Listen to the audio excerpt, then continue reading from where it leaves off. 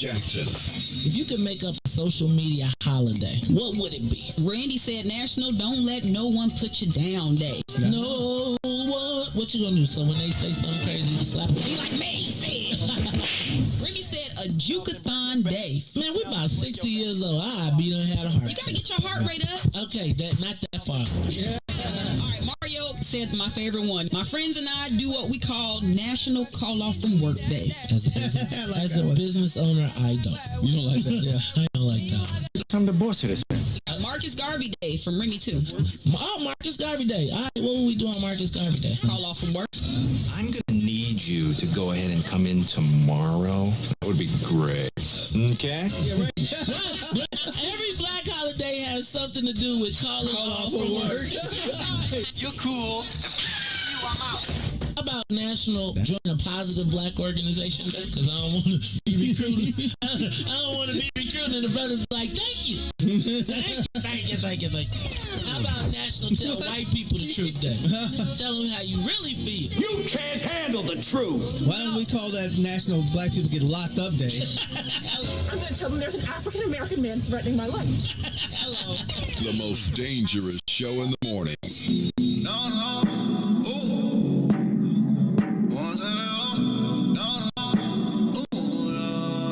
Crescent moon, drops of cruising, old school music, old school juicy. Gotta make my way to you.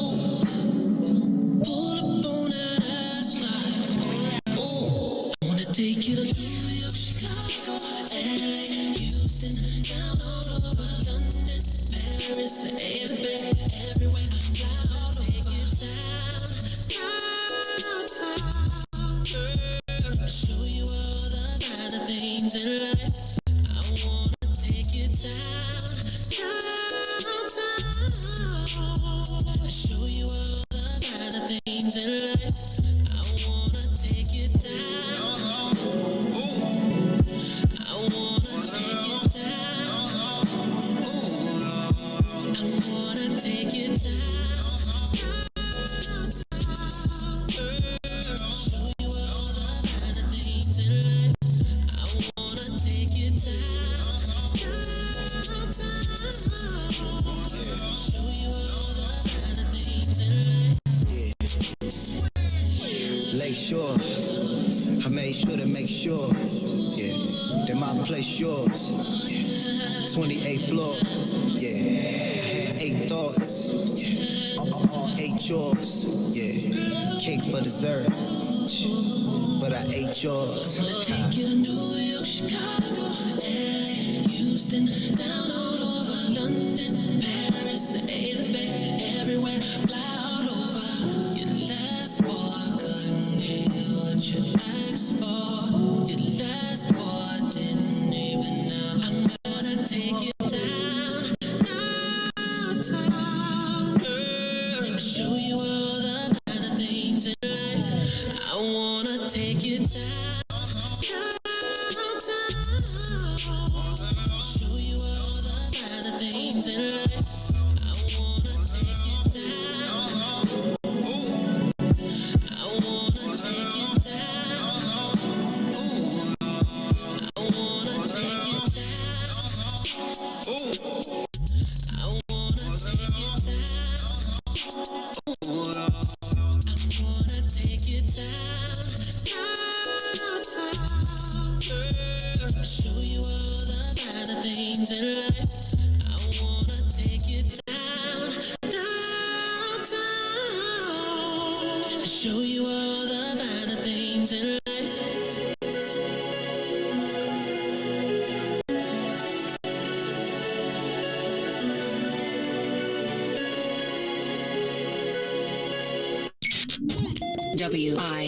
WIFTBPM. Uh-oh, what's in it for the black people? You are listening to the most dangerous show. This is What's in It for the Black People Radio. Maze Jackson, the most vociferous advocate for black people in the world. For Ruthie Moore, for Ty Stroger, I am the host of the Maze Jackson Show, asking every single day, what's in it for the black people? And if you don't like it, you can still tell them Maze said, Mayor Lightfoot, man, we ain't accepting that. We ain't accepting that. Let's go. Yeah.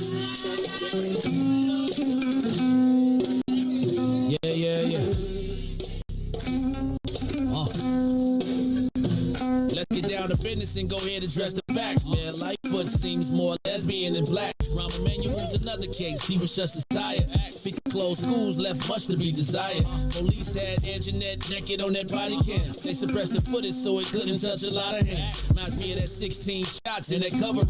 Both of them similar, so I went and dug it up. George Floyd killed, a lot of riots happened in the town. Southside burned and they wouldn't let them bridges down. Grandmother sick, need a prescription and plus a couple groceries. You gon' have to travel just to get it down. COVID-19 out here shutting all the business down. Not enough SBA loans to even give around. So many failed businesses that you can put them in the pile. If you don't survive the pandemic, it's gon' sit you down. We sing, dance, play ball, entertain, and crack jokes. Government infested black neighborhoods with crack smoke. System that milked is so bad, we got lactose. Still trying to find out what's in it for us black folks. We sing, dance, play ball, entertain, and crack jokes. Government infested black neighborhoods with crack smoke. System that milked is so bad, we got lactose. Still trying to find out what's in it for us black folks. Shout out to Willie Wilson, hope one day you get to send it.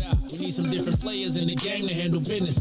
Too many shady characters like Madigan and Blago. But when you really break it down, it's typical Chicago. City full of gangsters, it's what the land was built on. Same streets with hood legends, DNA get spilled on. Carjackers out here looking, trying to get their shield on. Looking for a block to put them Hellcat wheels on. Let this give bogus appraisals a red line. Car crackers out here getting minimal fair time. And up to seal carry, I stay with the pipe. But Illinois gun laws giving minimal rights. Stay up on the swivel, make sure I'm moving tight. Check all of my mirrors when I pull up to the light. Pick my homie up from out of town, man, he caught a flight. He was hella nervous, told him, shorty, this is a way of life. We sing, dance, play ball, entertain, and crack jokes. Government infested black neighborhoods with crack smoke. System that milked is so bad, we got lactose. Still trying to find out what's in it for us black folks. We sing, dance, play ball, entertain, and crack jokes. Government infested black neighborhoods with crack smoke. System that milked is so bad, we got lactose. Still trying to find out what's in it for us black folks.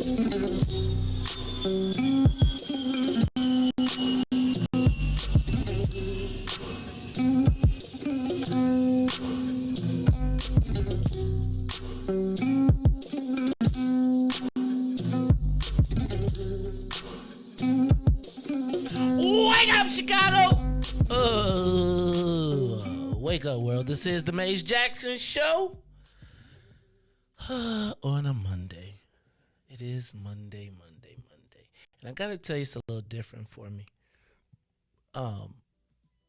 So I told y'all I don't know if I told y'all last week because I forget you. So did I tell y'all my son was coming to stay with me this week? Or it's not this week, but coming to stay with me because he transferred schools, so he's going to a new school. And so today I am a nervous wreck because this is the first day that he is going to have to go it alone. And he got to find a park. And he got to do all the stuff that you was like last week. So I'm going to just tell y'all, real talk. Last week, I said I was going to be off Wednesday and Thursday or something like that, to that effect. And I said I was going to be off Wednesday or Thursday. What day? I can't remember what days I said I was going to be off. You off Wednesday, Thursday, but then I switched it to Thursday, Friday because the days they sent the date. I assumed that he had to be there first thing in the morning, right? So then I realized that I was going to be there that he had to be there the next day, and I didn't want to. What I was going to do is try to come to the show, then leave here, then get there by time and try and do it. And I just said, I'm going to stop and I'm going to just focus on my boy, right? I always try to fit everybody else in. I'm always running around. And it was funny because when I was there, when he woke up and was like, all right, I had made breakfast and I had gotten everything ready. You know what I'm saying? I want to be I really am trying to be I don't want to say I'm not a good dad, but I want to be attentive to my son in this time. And so I was like, you know what? I woke up the day before. I was like, you know what? I'm just not going to even try and do all of this. I'm going to be focused on him. So when Thursday woke up, he was like, you didn't go do your show? I was like, no, man, I'm here for you. You know what I'm saying? When they woke up on Friday and I was there, he was like, hold on. For me? And it was just that moment where I was like, dog, don't you really realize, you really are the most important thing. And so it was different because it's like he don't want to. I'd be like, man, you know how you be trying to say parallel park. He could parallel park, but when there's cars, he's under pressure. Right? So, if you're trying to parallel park and you got to stop and the cars be trying to turn, they be, and you got to get to your space where you can ignore him. So he just takes the route of, so he be like, let me just park over here by the parking meter. I was like, dog, that's a free park all day. So he got to get used to it, but it was all good. It was funny because, he was driving. I saw it, so I didn't ride with him. I rode behind him, but he was, all the girls was getting off the bus to go to school, and I saw him try to slow down so they could see him driving. I was like, boy, if you don't park this car, trying to turn all slow. Boy, if you don't look and park this car and get this meter. Anyway, so I was not with you on Thursday and Friday. Sorry for the abruptness of it all, but, hey, man, my boy is here. So today, y'all, you're going to have to pardon me twice. Because at 6:45, I'm going to have to take an extra break. And then at 7 o'clock, I'm going to have to take a break. And then 7:30 to make sure he up out that bed and out the door. But I must tell you all, it is really pleasant waking up knowing my boy is upstairs in the house. So I'm kind of geeked. So please bear with me as I try to make it through these next couple of weeks as I adjust my schedule. I was like, oh, damn it. Like, people be trying to book me for the nights. I'd be like, I can't do it. I can't do it. No, sorry. And I'm going to try and be home to make after-school snacks. At least for the first 2 weeks. You know what I'm saying? I'll just say this for your son. Don't do too much. Don't do too much. What you mean? Because you're going to start off, how you going to make after-school snacks, ants on the log, and your after-school snacks is not even going to be snacks. They're going to be full, complete meals, and then you just going to cut them off? No, I'm going to be like, here go a granola bar. No, it's in the refrigerator. Right? Like, I want to, look. Don't give it, at least don't make it too fresh then. Like, don't bake him nothing. Bake? Come on now. Delicious. Nah. We gonna do dinner. He tried to trip on me yesterday. I said, you got to make dinner once a week. He was like, I hope you like ramen noodles. I was like, dog, for real? You can pick anything in the world and you gonna make ramen noodles? It's all right. He gonna learn to love it. Anyway, y'all, this is the Mace Jackson Show. I'm your host, Mace Jackson. Got my girl Ruthie Moore here on a Monday, and my man DJ Riis the Ruler. Ruthie Mo, how you feeling this Monday morning? It's Monday. You know how you be on Mondays. You always be like, I feel like Monday should be another weekend day, and we should not be having to start the week off. So then Tuesday would become Monday. No, it wouldn't. It would still be Tuesday. Right, and you'd be like, I hate Tuesdays. We starting this off. No. I wouldn't do that. What you mean? So wait, you just want months? So Tuesday would be Tuesday. Then you be talking about Friday. We need to get Fridays off. Now we already say that one. What you talking about? Yeah, I'm tripping. Try to put an extra weekend day in there. Trying to throw an extra. Well, I hear they're trying to do that now because they can't get people to work. So I'm hearing that they're saying that they will be shortening they're experimenting with a. Can you not say because they can't get people to work? Can you not say it like that? Okay, how should I say it? I'm just saying, like, I was just talking to a owner of a restaurant. It was a line down the block, and he was like, we can't open because we don't have staff. He was telling me his waitresses make somewhere between $100,000 and $120,000 a year, and they can do it working just 3 to 4 days a week. But he was like, you can't find help. What's the catch to it though? Gotta be a catch. If nobody want to do it, supply and demand is a real thing. So if somebody don't want to work at your job, then maybe the amount of money that you paying ain't worth what you doing. Supply and demand. We talking about capitalism. So it's not that people don't want to work; it's people don't want to work under certain conditions, and people are choosing to do different things with their time and find different ways to earn their money. I feel like that works. Like when you pay $20 for your Big Mac, you'll be all good. I think though that $100,000, it's actually food service, right? So I think there is a market that will take it, and then there's a market that won't. I think it'll be interesting to see, though, as we start to be inconvenienced or as inflation goes up. So as the cost of meat goes up, supply and demand changes, the food cost changes the ability to provide. So I was just noticing, like, I tried to order a side of bacon the other day, and it was $8 for 3 pieces. And so it's going, I think that it'll be, do I want the actual service or do I want the item? And I think it'll work itself out. It always does. But supply and demand, I'm with you on that. Supply and demand. But that's kind of crazy.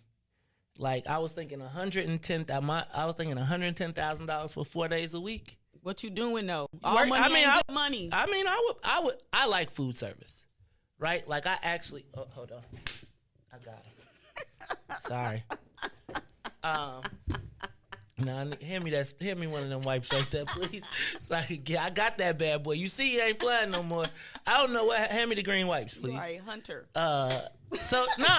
So anyway, it's the Maze Jackson Show. I'm your host, Maze Jackson. Got my girl Ruthie Moore trying to extend us a day, get us a third day for the weekend. Plus, DJ Riis the Ruler on the ones and twos. DJ Riis the Ruler, how you feeling, man?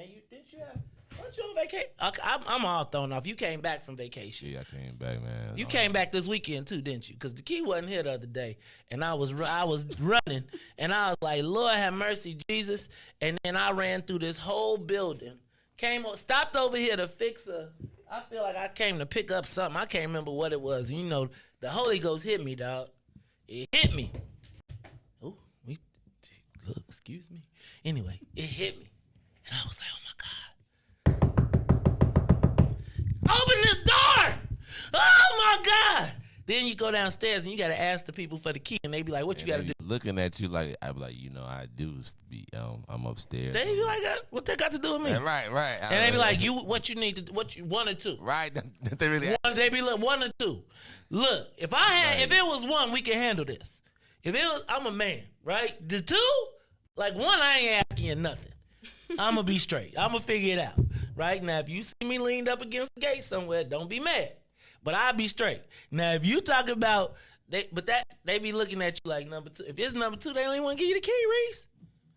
So I'm just telling you. Obviously, you was here this weekend because I was running around this mug like. Luckily, I came back through here when I was through the area. I didn't even know I had the key until. I was there. I said, "I get the key." So then I was like, "I returned it." Like, yeah, I returned it. Yeah, cause look. I'm gonna tell you. I came here this morning like, dang. The Holy Ghost hit me again. I was like, Jesus. I was sitting right here. I was like, Jesus, please, God, please let that key be there. I was like, no, actually, I was singing, please, cause I had been here, so I knew the key wasn't here, and I was like, please, God, let the door be open, please, please, please, please, and. I just gotta say, fortunately the key was on the thing, but the door was open too. Cause I was like this: if there wouldn't have been no key and the door wouldn't have been open, I don't know how this would have ended. I really don't. And I was just thinking to myself, oh my God. I was like, there is a God. That's why it's a good Monday morning.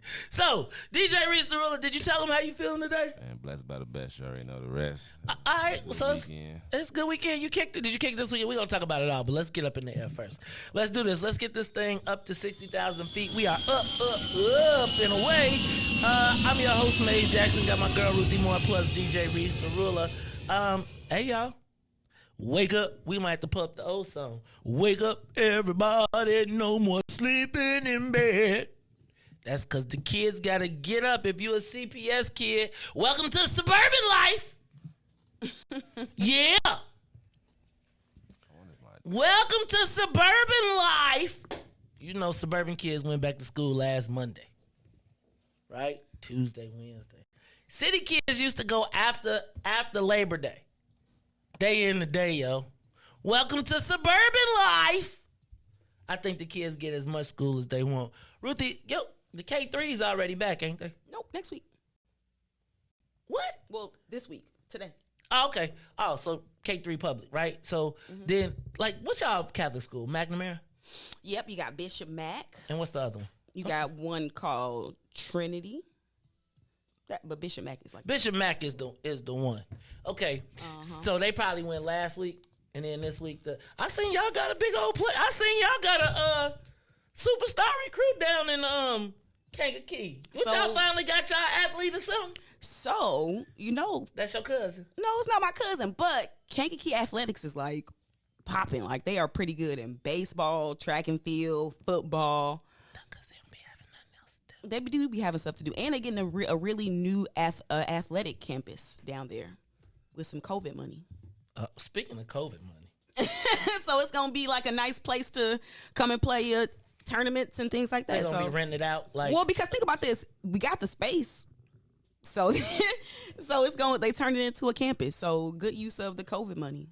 So shout out to District 111. Shout out to District 1. Oh, see, you know your numbers too. See, you know city schools don't know their numbers. We know they our have numbers. Right, they be like, we CPS. Yeah, I didn't know CPS had the numbers. Do they have numbers? I don't think so. 365 View, Valley Riis, View, baby. Do y'all CPS? I think they do though. You don't know it though? Yeah, I don't know it. They don't even be knowing they high school sometimes. They don't even like they school still here. Don't get me started talking about. First of all, okay, speaking of this. All right. September 3rd. We should have a live broadcast. I know this is y'all off day, but we should just I know it's y'all off day. But we should broadcast live from the Simeon versus Bolingbrook football game at Gately Stadium. Because I just need for every Simeon person to know. Mm-hmm. We finna put a clinic on y'all. Oh, man. It's finna be a Simeon. David Moore. Don't nobody worry about David Moore. David Moore around here calling people like, he think we need to show up. We was like, you gonna need it. How Jay-Z sing, you need more people. Who won last year? Who you think won last year? Must be. Who you think won last year? Must be your This team. football. Look, y'all only beat us by 3 points in the state championship downstate. We catching up. But football, is this thing on? Dear Simeon, alumni, we want to cordially invite you to the molly-whopping of the year. What? Where the Bolingbrook, Daryl, I'm taking all bets. Like Bolingbrook will be, we should open up a table. Is there a sports book? Is there a high school sports book? Because if it's a high school sports book, I want it for the Bolingbrook versus Simeon game. Can we get the kids some? Because if there was NIL deals for high school, you know where they would be going? At least for football. To the Bolingbrook Raiders.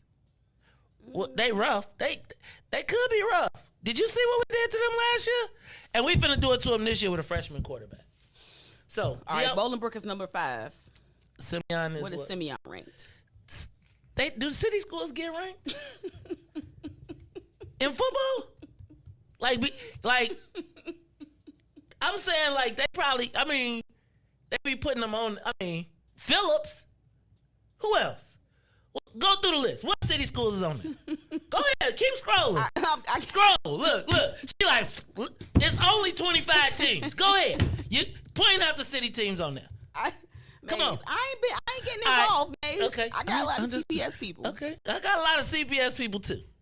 And I was there. I was down there when look. See, this is that whole, like this one of them moments. Like when we was in high school, you know how people like, you from Bolingbrook? This is one of those moments where, yes, we are.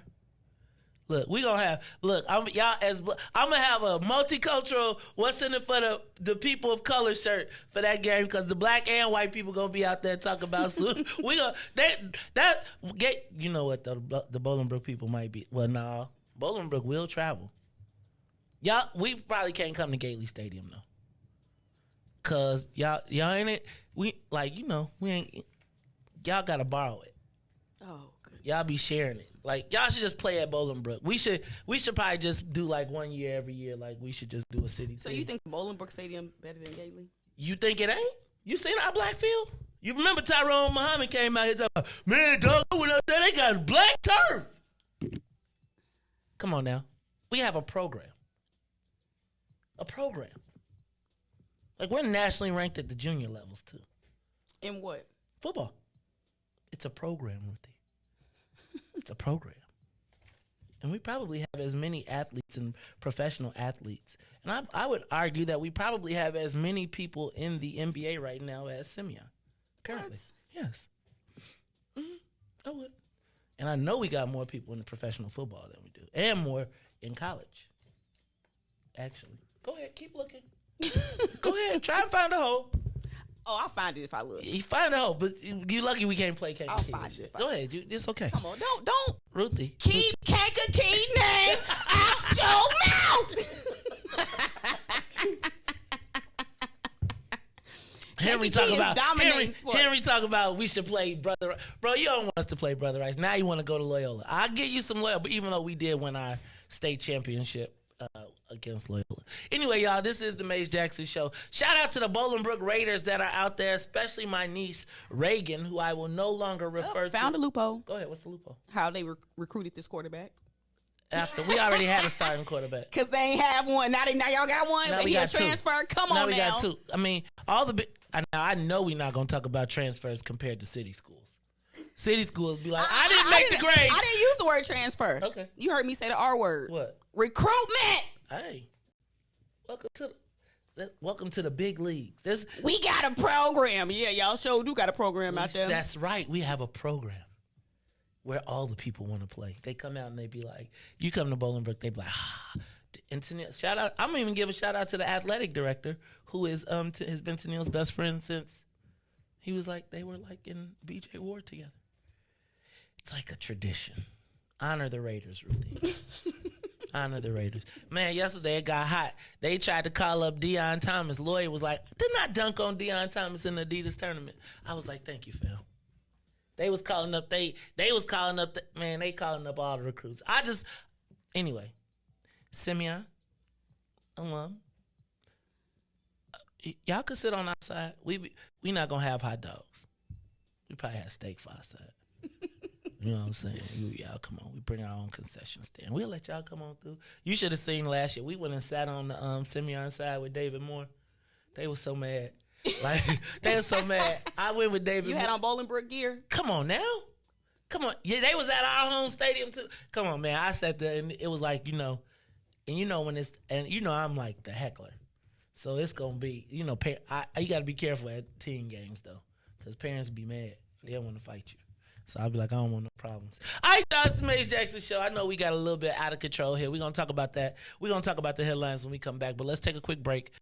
Don't let me forget at 6:45 to make my phone call, please. So we're going to take a break then as well. And then at 7 o'clock, then at 7:30. All right, y'all, it's the Maze Jackson Show. I'm your host, Maze Jackson. Maze, Ruthie, and Riis will be back after these messages. The Maze Jackson Show will be back after this break. Maze Jackson. Tune in to the Maze Jackson Show every day, Monday through Friday from 6 to 9 a.m., where you can catch us on YouTube, Twitter, Twitch, and Facebook Live. Plus, from 6:30 to 8, you can get us on WBGX 1570 a.m. That's right, it's the Maze Jackson Show, where every single day we ask the question, what's in it for the black people? And if you don't like it, you can still tell them, Maze said. We out of here. Peace. And now, traffic and weather. Yo, who said devotion had to be sad? Yo, check this out. The Lord is my shepherd, I want. He maketh me to lie down in green pastures. He leads me beside the still waters. He restored my soul. God's gonna turn it around. Come all the way with me. Good morning. What's in it for the Black People Media family? The time is now 6:35 a.m. I'm Riis the Ruler with your Chicagoland area sports, traffic, and weather report. As we have with the sports, the Chicago Cubs will lose 5-2 to the Brewers. Tonight, Chicago, we need you as the Chicago Sky head up to New York and take on the Liberty. This is game 3 of the 3-game series, with the series split 1-1. ESPN tonight, 8 p.m. Let's cheer on our Chi-Town champions. Let's go Sky. Let's head over the traffic down to Kennedy or head to the Loop. 24 minutes outbound will be 19. On the Edens in both directions will be 28 minutes, while the Eisenhower is 32 minutes Thorndale to the Loop. 28 minutes back out to Thorndale. On the Stevenson from I-355 to the Dan Ryan will be 38 minutes, 29 minutes outbound. The Bishop Ford, I-80 to the Dan Ryan, 33 minutes, 28 minutes to I-80. The Dan Ryan is 17 minutes to the Loop, 12 minutes to 95th. On DuSable Drive, north and south is locked in at 8 minutes. Today's weather, it is currently 66 and partly cloudy. Today will be a high of 79 with a low of 64. I'm Riis the Ruler. Happy Monday here on The Mace Jackson Show. Come all the way with me. Don't leave me now. Come all the way with me. Please.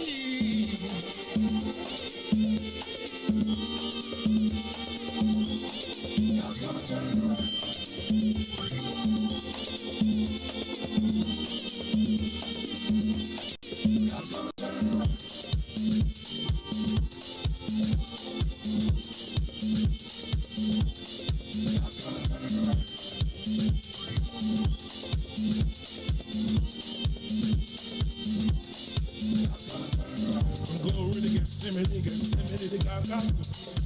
To the grave, from the grave back to glory. Glory to Gethsemane, to Golgotha, to the grave, from the grave back to glory. Glory to Gethsemane, to Golgotha, to the grave, from the grave. Glory to Gethsemane, to Golgotha, Golgotha, to the grave, from the grave. Dear Lord, it's me again. God's gonna turn it around. I'm calling on you. You did it before. I believe that you can do it again. Somebody calling you right now, Lord. If it ain't one thing we need, somebody else needs you for another. You are listening to the Mace Jackson Show. Shout out to Church Chicago. This is why I need to be able to. This is why God won't let me sing.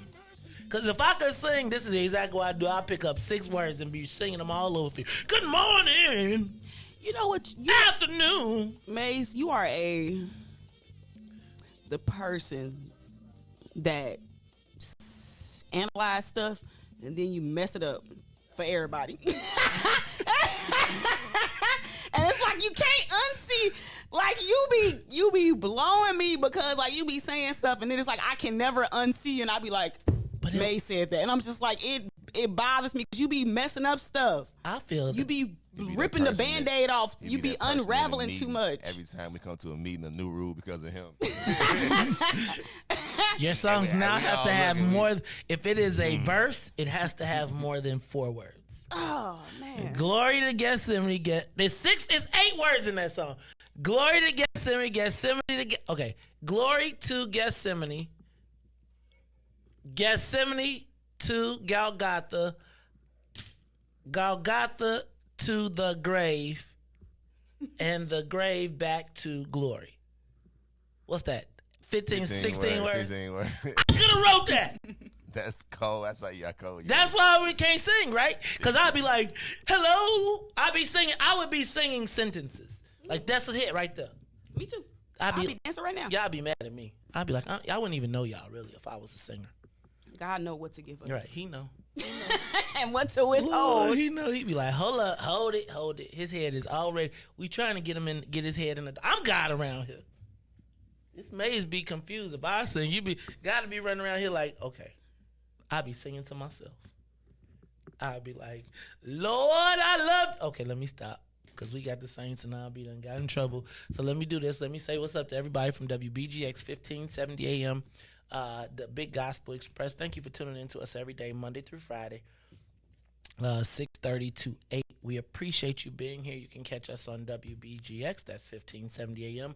Or you can get us on the TuneIn app. That's right, WBGX. Call us at 872-259-7474. Now, if you are with us, if you are one of those people that gets here early and stays late, you can catch us every day from 6 to 9, Monday through Friday, on Facebook, YouTube, Twitter, and Twitch. All of them live. You can also go back and get the replay if you want to. Can I take a moment to say happy belated birthday to the official greeter of What's in It for the Black People Media. In case y'all did not know, yesterday was Constance Foster's birthday. And you know, Constance be like, you pop in, she be like, good morning. Good morning. Good morning. She'd be like, I'd be like 300 comments, right? It'd be 600 comments. 300 of them be Constance welcoming everybody that came. Good. Thank you, Constance, for staying on top of that part of the With the Buffet. We're gonna get you I'm gonna start giving out y'all some titles. Well, we already got some titles, right? We got the president of the phone club, we got the vice president of the phone club. Man, she's the official greeter. We're gonna have to name some official titles. And I'm gonna start. You know what I want to do one day? One day I was looking on this thing. Do you know about people that are like 5 and 6 year followers? Like that have 6-year badges and 5-year badges. I would love to know like how long you've been rocking with the Maze Jackson Show. Like there's people like, you think about a year somebody being dedicated, but think about like 5 years. Like you done been with us from the rooter to the tutor. I might have to have an anniversary party. Like we might just have to have like a 5-year, 4-year, 3-year anno party. All right. Just the Maze Jackson Show. All right. Let's get some of these headlines. All right, today is back to school. Is it today the kids go back, or is it that the teachers go back and then the students go back? Don't they stagger it? Oh, that's a good question. I feel like, because when the teachers working last week? They were. And then I know some CPS teachers was working, so I don't know. But whatever it is, the kids are getting ready to go back to school. You know what I wanted to say to parents, though? This feels like the first time in the mayor's history that the kids are going back to school without a strike. Is that true? She had a strike twice, 3 times. Well, I know they didn't want, and we didn't call them strike. We had work walk-offs and all that stuff. Okay. Right, we had a strike. Well, I know we had a strike at least 2 stoppages. Right, we had 2 work stoppages and then some COVID stuff. And what I do want to say is that this is parents. I just want you. One of the things that my son was just reminding me about is how much of the camaraderie of school he did not have. Right? Like how you went to school 4 years and you like bonded to your school. A lot of these children are not necessarily bonded to the schools that they go to. Right? And so just thinking about. What you mean? I feel like those deep lifelong connections to the school or to the people in the school.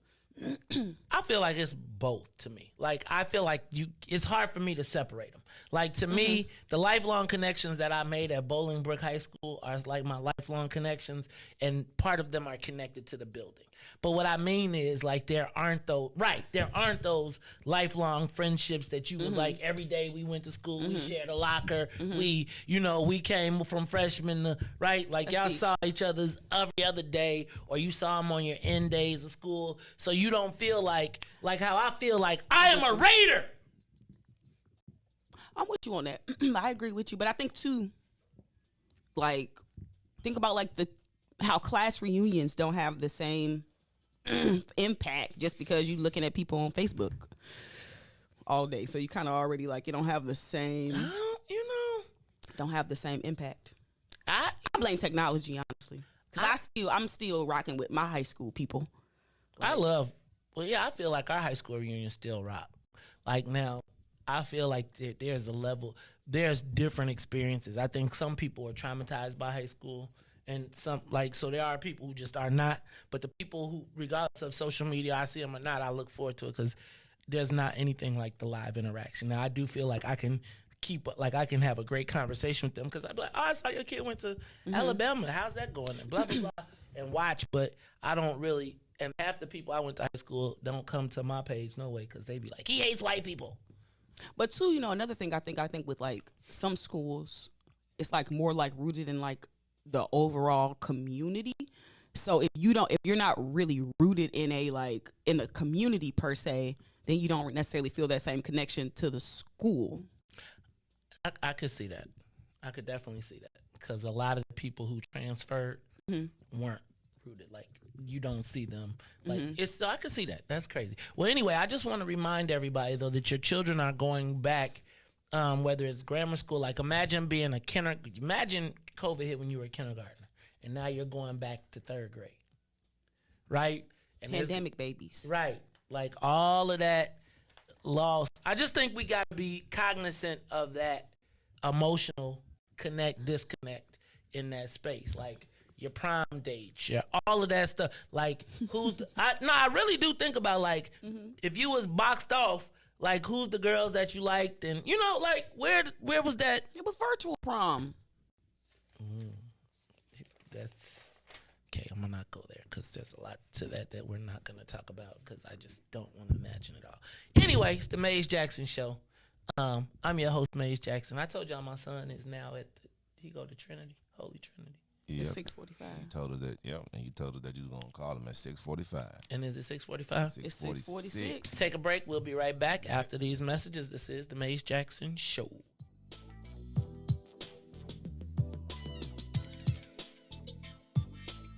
The Maze Jackson Show will be back after this break.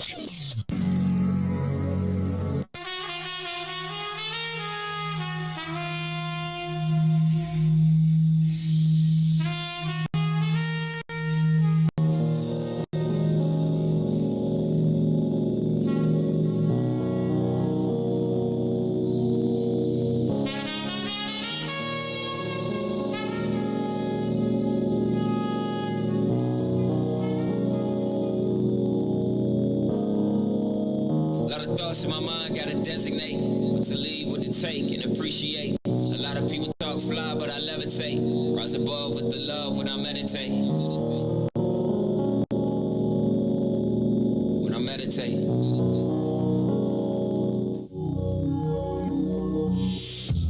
I roll with God. You are listening to the Maze Jackson Show. That was pretty quick. That break was pretty quick. He was up like a low.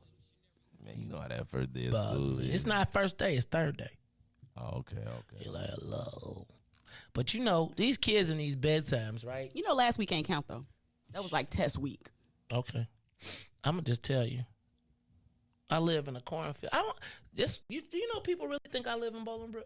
Like, people really, like, as much as they be like. I can see that. Really? Y'all won't be listening. Anyway, let me get to some of these more. So did we talk about Liz Cheney getting whooped while we was gone? Right. She got whooped by like 70 points. Like, that's crazy. But now they talking about she gonna run for president. I was like, they said no, we ain't voting for her. Right. So, but here's the crazy part. Like, it was funny because I was watching this week and they were talking about how she's become this hero for the left, and they was like, but don't get it twisted. She still don't like y'all. She just don't like Trump. That is still Dick Cheney's daughter. What's the matter? I don't think white women gonna be able to say the Republican Party. I don't think a white woman gonna be able to do it. Oh no. I don't think a white woman is gonna be able to do it. The white woman ain't gonna be able to do it because did you see Handmaid's Tale? They gonna be trying to give them. They gonna be trying to get blue dresses. Oh, you gonna be running around here with the red. No, send me to the Gollywag, the Gulag. What is it? Ruthie. They're not gonna send you. They're gonna be like, you too young. Well, kill me. They're gonna be like, they're gonna have to kill me, Maze. Ruthie. Maze. You can't Maze. Ruthie. They're gonna force feed you. No, I'm going to be so much of a risk. They're gonna kill me. I'm going to make them kill me. I'm not gonna live like that. Okay. Did you watch House of Dragons last night? No, is that like Game of Thrones Part 2 or something? Hey, Joe, we have to, but did you see it? No, I had to make an executive decision. It was either that or Kanan. And then my girl, she's into Game of Thrones, so she wasn't there, so I just watched Kanan. Okay, I fell asleep on Kanan. I watched Game of Thrones. So I'm just going to tell y'all, I'm doing a podcast starting next week on the Game of Thrones. I just need to give it a week. We doing it on Mondays. I think we're gonna do it here, but we are going to, because I feel like black people get short shrift on Game of Thrones podcast. Say that word again. Short shrift. What's that? Shortchanged. Short shrift. Huh? Shrift. Never heard that word. You've never heard of short shrift? It's only used with the word short in front of it. I've never heard it used any other way. Huh? I've never heard it used before. Me either. Like, that's the Bolingbrook. It's actually called the dictionary. That's that Bolingbrook right there. Right. I know a lot of words. Well, that's all right. Again, hence. This is why people don't ask people what that means. This is why they just act like they know. Oh, okay. for this particular reason right here, people like this. Oh. If Riis wouldn't have took it to Bolingbrook, then I would have left it alone. I know, because you did. You told me what it was. I said, right. But you see how neither one of us knew that was like, what's that? See, you say short change. Three. Once in 111, go 111. How about those thesauruses? Don't bring Take a key, District 111 name out your mouth. Y'all have dictionaries and thesauruses? Yes. See, listen, we also I like the thesaurus. I love the thesaurus. Salim is a master of it. I have not, on the other hand, taken it. House of the Dragon, I thought it was art. Not Game of Thrones. It is of the fire and ice. The Targaryens, man. Look, it's a lot going on.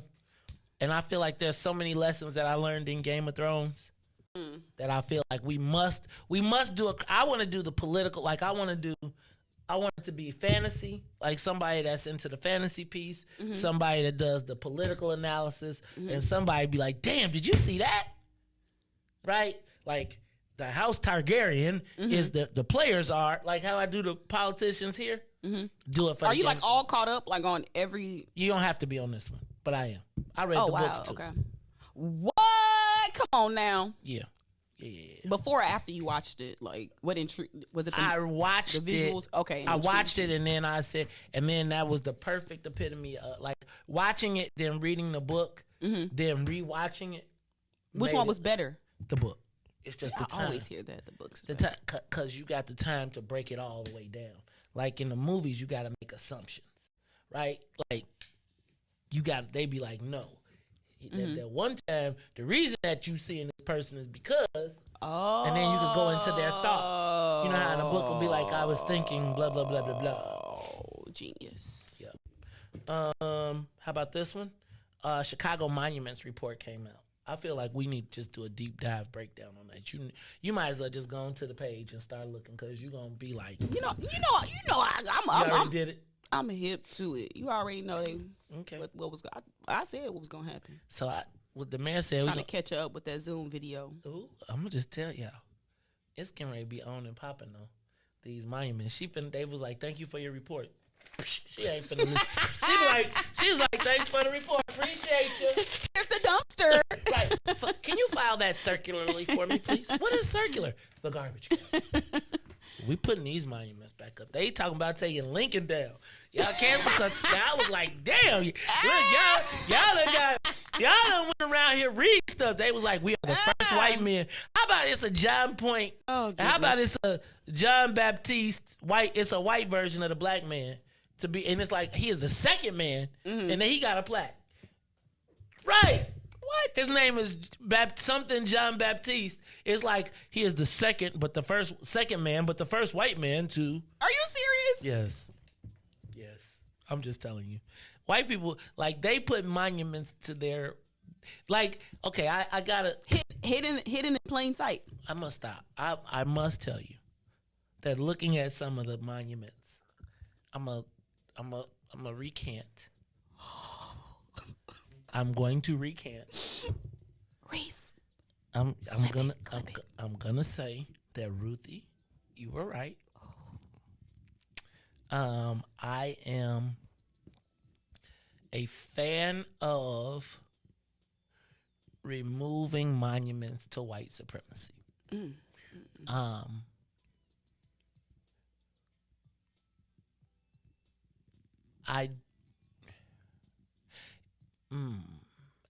want to talk about this. I don't know if this is the time because I don't have it all together yet, but it's weird reading that.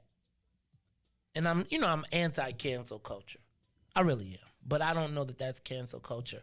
Or I think we have to put the right plaque on them. Right? Like, I'm okay if you're going to put it up, but put it up so when they taking the picture, it ain't like, hey, it's like, if you hugging this, you might as well be like, I'm a supporter of white supremacy.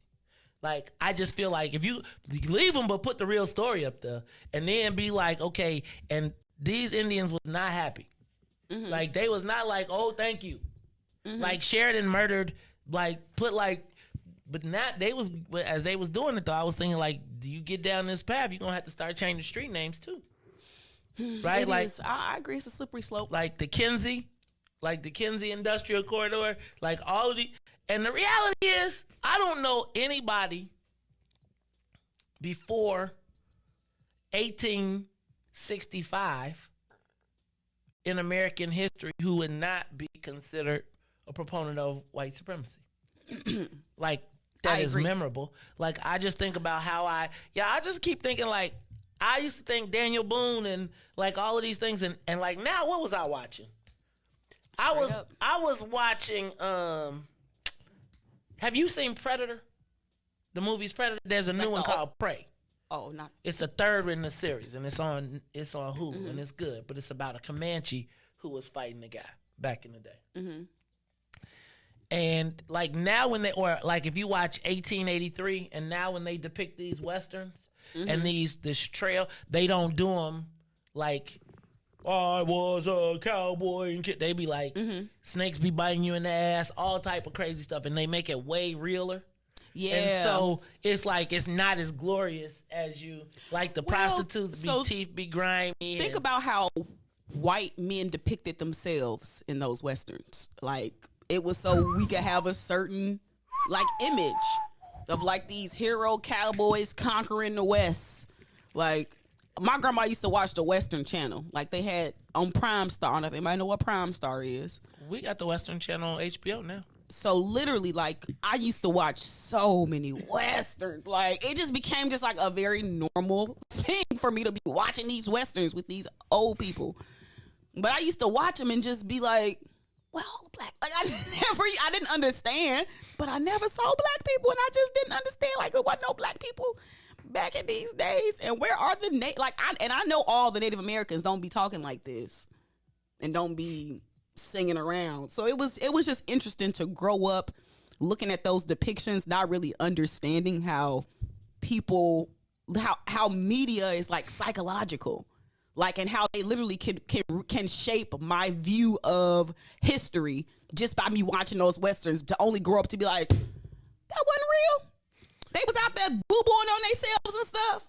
They was out there. Like, I just think about, like, watching 1883. That joint is crazy. Like,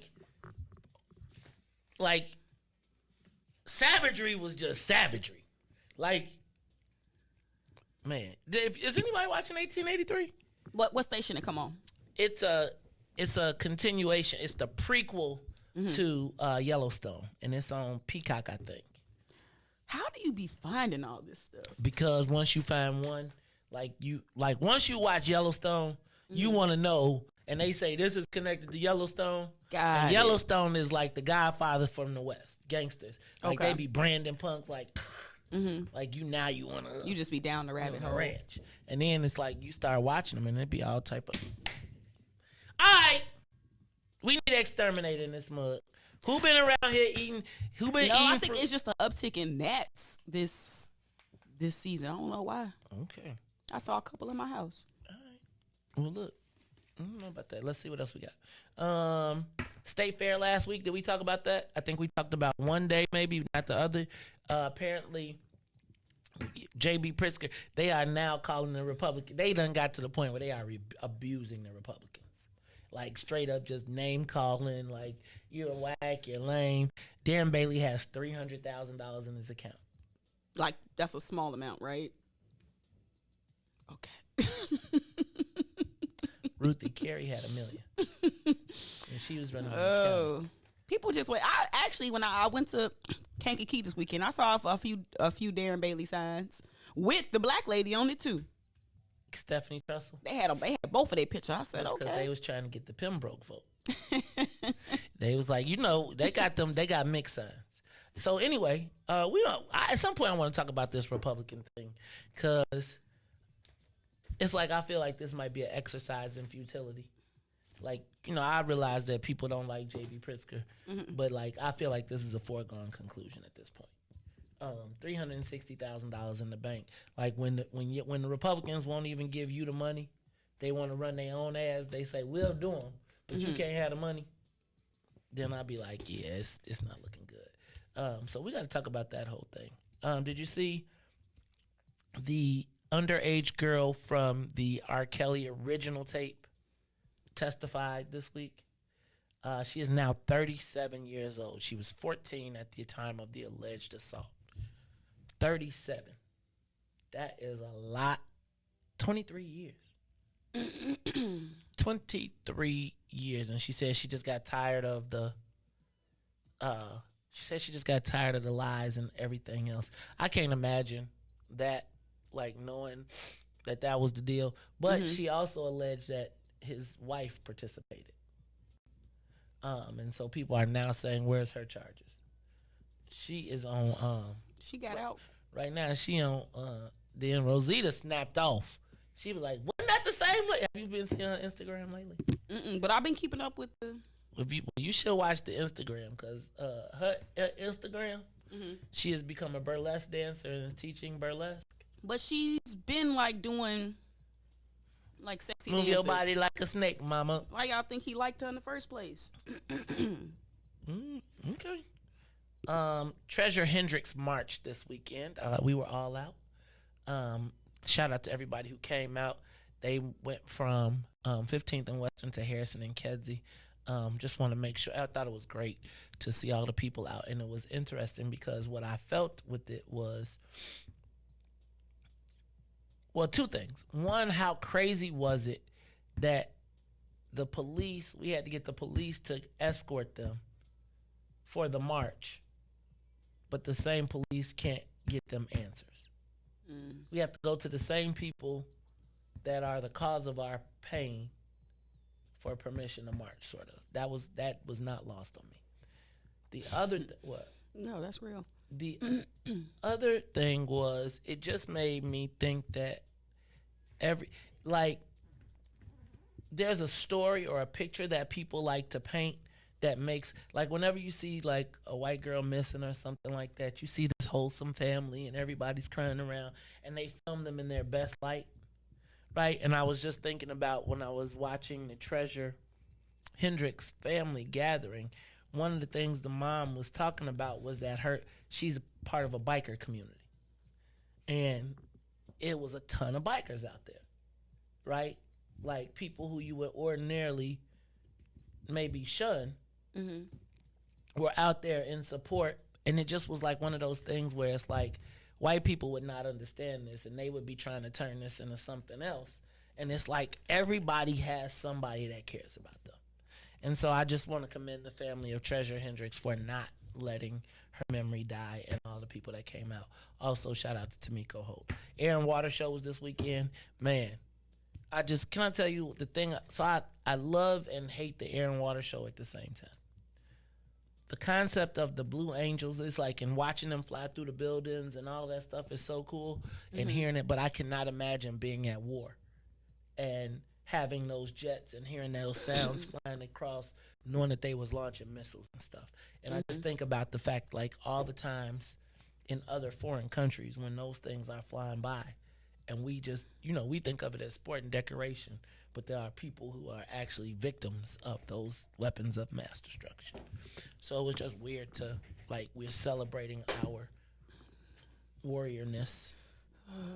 What? Now I can't even imagine an Aaron Water Show without thinking that.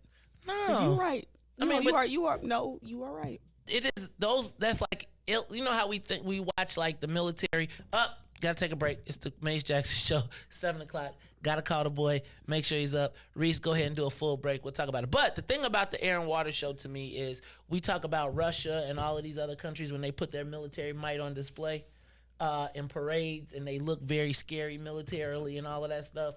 I feel like these Aaron Water Shows are actually those same displays where we get to say we can beat our chest. Like, you see all of our military planes and the stuff we got, and the frogmen jumping, and it's packaged differently, but it is our military on display as war weapons. Sorry, it's the Mace Jackson Show. We'll be back after the. Why you look at that? Why you doing that? What's the matter? I like that urine wash. I do too. I like it. I was like, dang, look at this. I would like to live downtown and have them fly past my window. I think that's pretty dope. I like them too. They fly over my house is right over the turnaround, so they go. So it's pretty cool. All right, it's the Maze Jackson Show. We'll be back after these messages. The Maze Jackson Show will be back after this break. Hey, Chicagoland, all roads lead to Solo Beauty Supply, the largest Black-owned beauty supply in Chicago. We carry a large selection of natural hair care products, plus much more. So come see us at one of our two locations, located at 9011 South Ashland or 8158 South Cottage Grove. Our inventory is growing, and with your support, Solo Beauty will continue to be a source of pride in our community. This is Monster Jam, the official Monster Truck Series. Witness the world's best drivers competing in your favorite Monster Jam trucks. Be part of the action. Let's hear it. Make some noise. Brought to you by Great Clips. Get your savings coupon from participating Great Clip salons and save 20% on select tickets. See savings coupon for restrictions and details. Coming to Allstate Arena September 16th through 18th.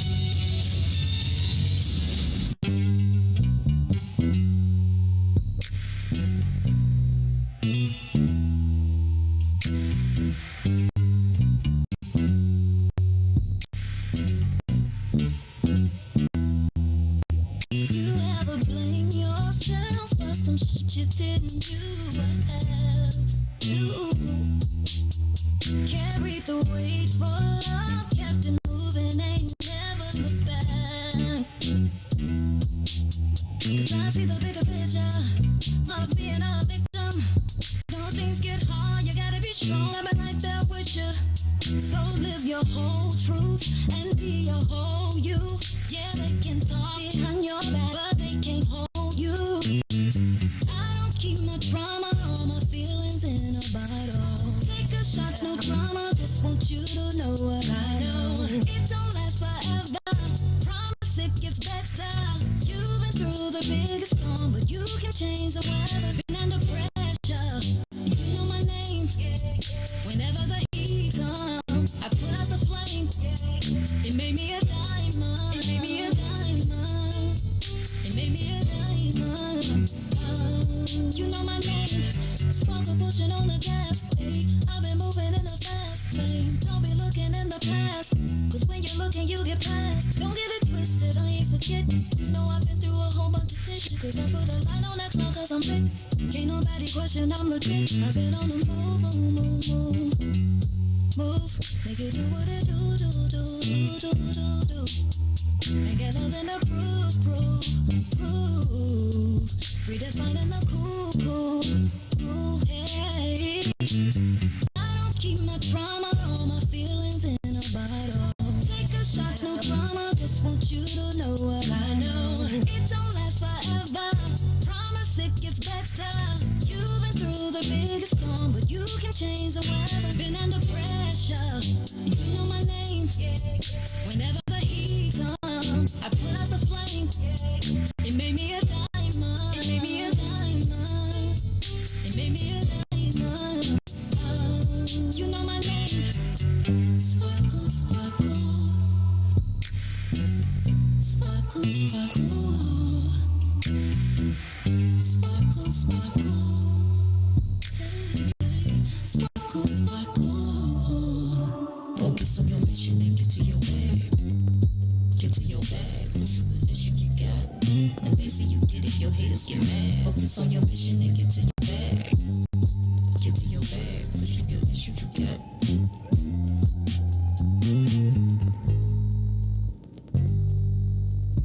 Back to the Maze Jackson Show.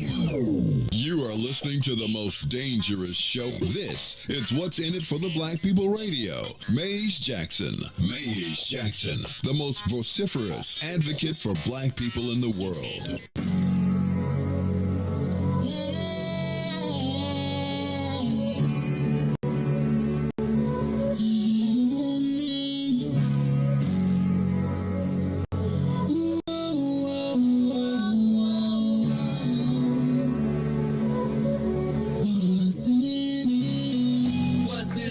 black people. Cause economically we are not equal. Waking up to life, can't toast no more. I told y'all, yeah, this a dangerous show. Don't go to church if you ain't trying to help us. Don't even try to be around and can't protect us. We see the lies, not other politicians. We need money and no symbolism. It's Maze and Riis, and Ruthie and Ty, explaining how we all come from God, giving us tools to beat the odds. If we united, our movement gon' stop. If they ain't trying to help us, they ain't trying to do nothing. We gotta do something, we gotta stop running. It's time to confront the problem. Really, you expect, you oppress us all.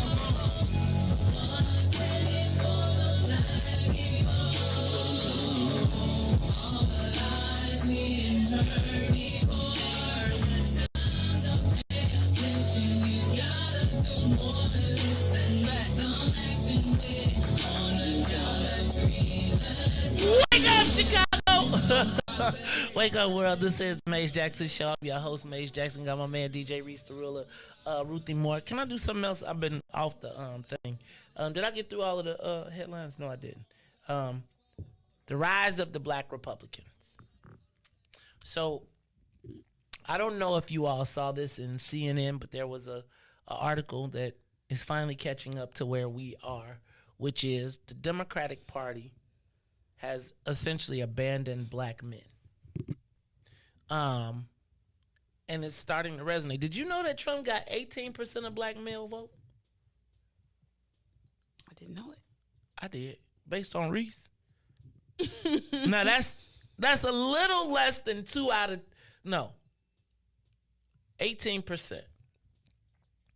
So what's that? 4 out of 100? What is it? What's 20% of 100? 5? 5. So about 5 black men out of 100 voted for Donald Trump. That ain't bad. No, think about that is Riis almost triple what we do traditionally. There is an ignoring of black men in the Democratic Party, so much so that they are willing to be, as our good friend King Israel talks about, Trumpsters. I think I think we got to just be paying attention to this. Also, I do think that there are black people now moving into position in the Republican Party locally and maybe even nationally, trying to change the paradigm. I don't know if it happens on this election, but I would not be surprised to see black Republican organizations sprouting up. Now, I don't know what that looks like, but I do know that black people are getting tired and frustrated. And I think, I just got to say, y'all, just this Robin Kelly thing, I feel like it has some irreparable harm in its mix. You saw that she didn't come to the state fair. What? Right. Like, you know how they profess Democratic unity? And like, to me, you got to go out, but she's still salty. She has something else to do.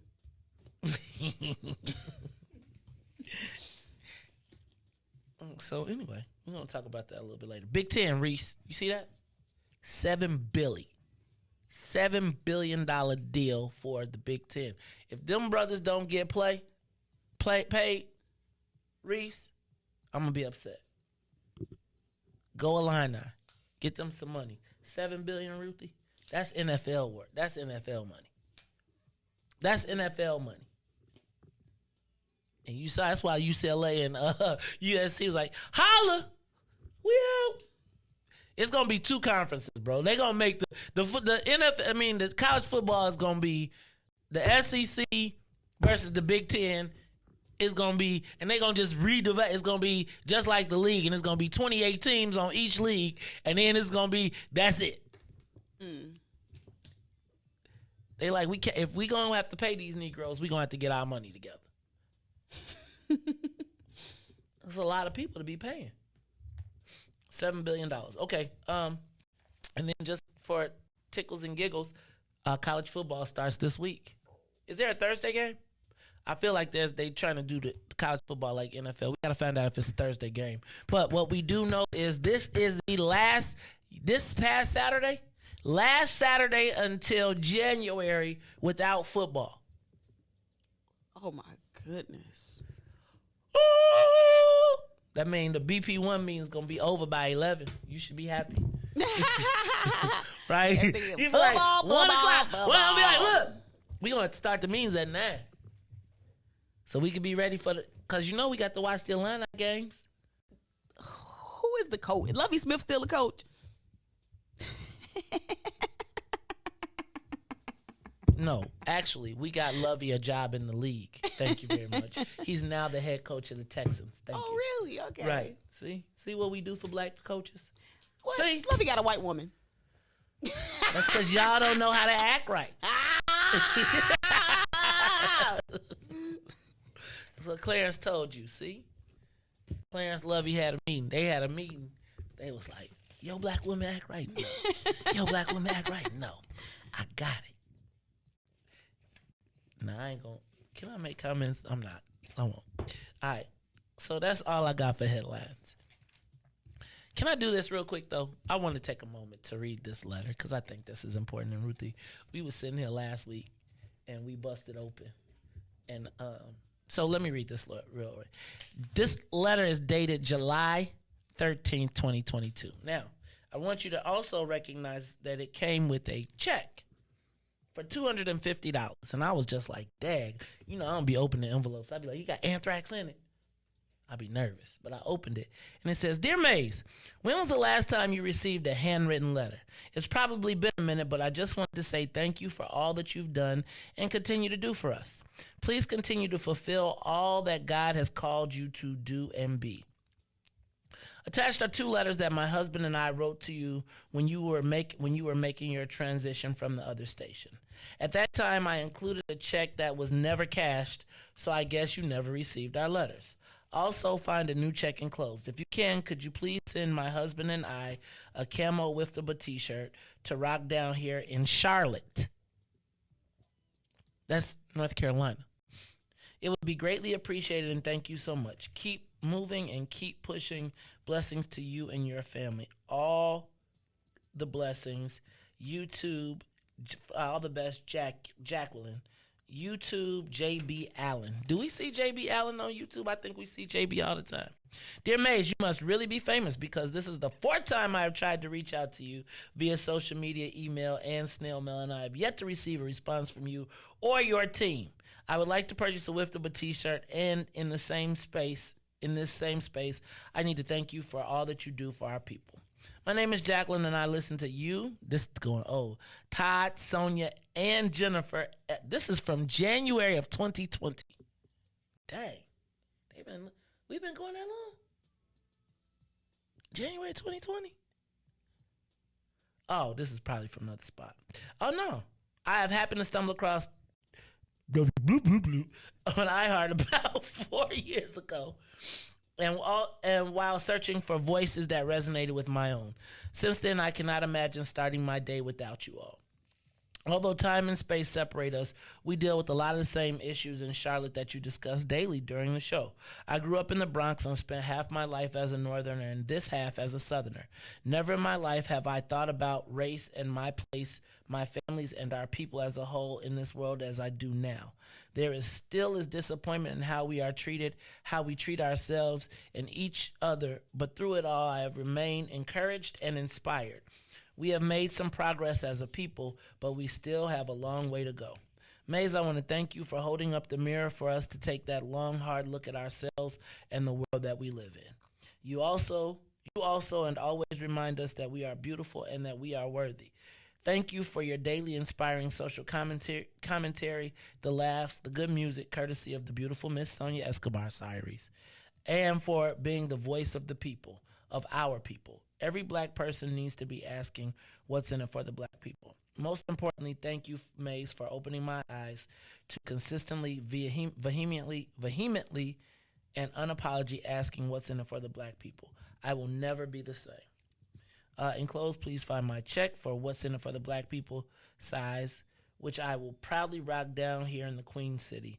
May God continue to bless you, your family, and the whole Wiftable family. Oh, and she said, P.S. Enjoy your birthday on 1:30. Mine is 1:31.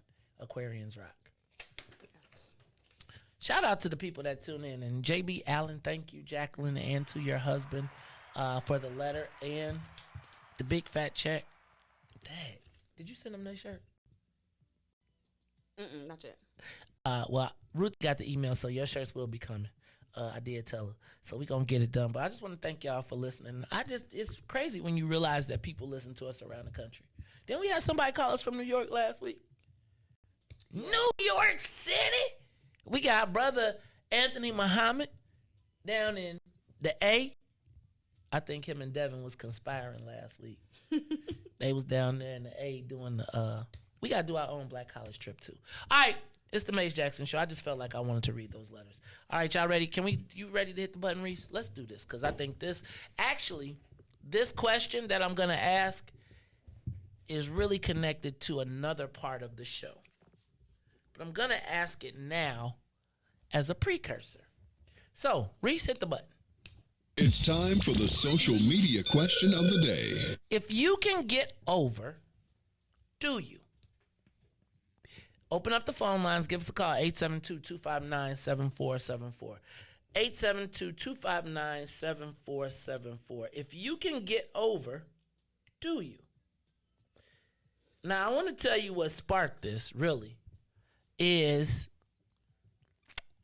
I don't know if you all have been seeing that Joe Biden is talking about hiring 87,000 IRS workers. And the goal of the 87,000 IRS workers is to track down what they are estimating to be up to $3 trillion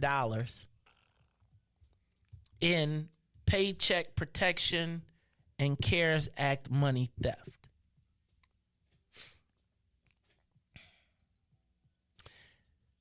And the reason I'm going to ask this question is because I feel like when I was reading, what drew me into this actually, again, was I was reading the editorial in the Chicago Sun-Times today. And the editorial in the Chicago Sun-Times lamented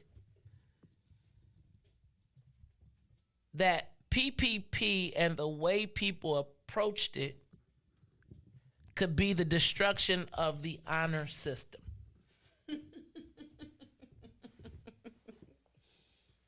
And it was interesting to me. You're laughing, and I would love to know that part too. It got me just to thinking about that whole concept of kind of, if you can, do you, regardless. And I don't know that there is an honor system. Well, I'm curious to know, is there an honor system in the world? And is there an honor system? Is there a natural honor system? And then I want to take it, because a little bit later I want to get to the state, to this directive of PPP and what I think is what jumped out to me. Give us a call, 872-259-7474. If you can get over, do you?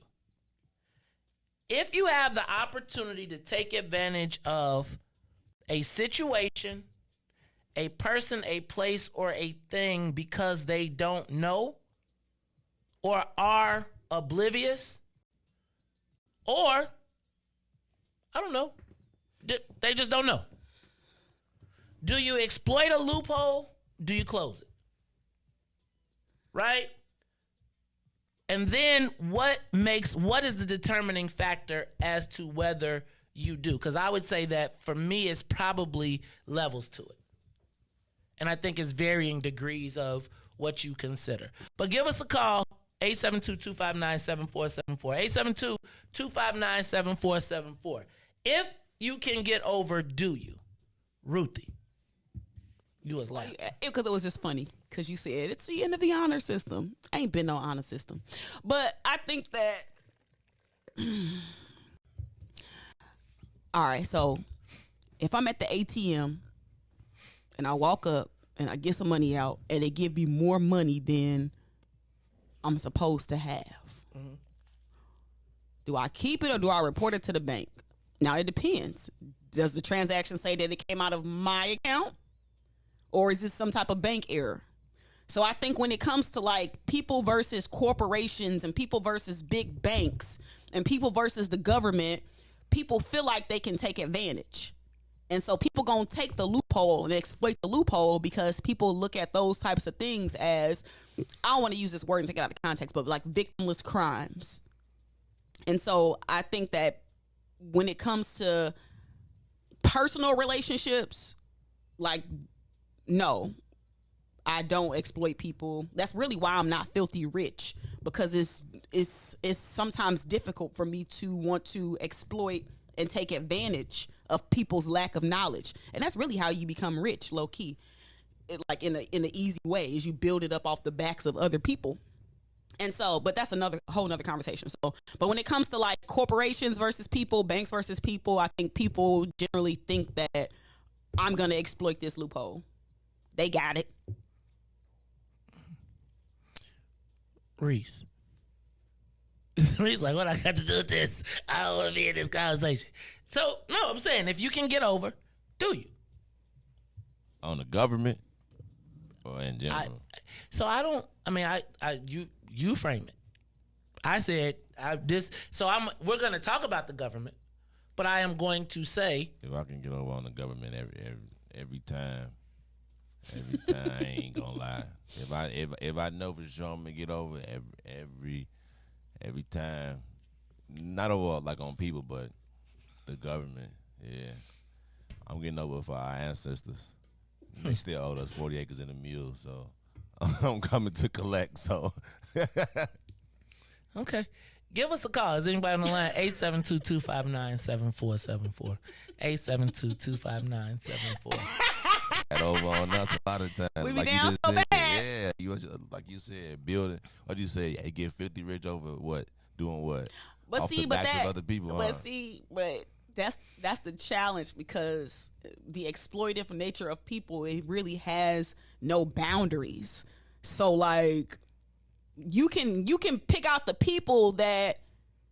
It's a fine line between being an exploitive person and then exploiting people. Because generally, if you would take it, you gonna take it anyway. But low key, I don't mind if people are trying to like, get over or whatever, get a little come up. We call them ghetto blessings where I'm from sometimes. Like, everybody need a little ghetto blessings sometimes. But in terms of getting over on people, I think that's a little bit different. And I think people see it as different. But I can understand how, if you'll do that in general, then you already kind of got that in you to be able to exploit people. Interesting. So I'm curious. I really want to hear from our callers too. I would be curious to know, under what circumstances, like, do you ever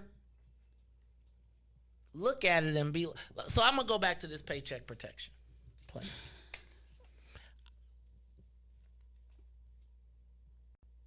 There were numerous, I'm gonna tell you, there were people trying to literally flag me down and be like, look, man, you have a business. You can get this. You can justify it. You can get it, right? And I remember being like, I don't feel like I need it, but you can still get it. And you got a legit business. And all I kept saying was like, dang, am I going to take this and I don't need it? And I just felt like there would be, I don't know that I believe there's a such thing as a victimless crime.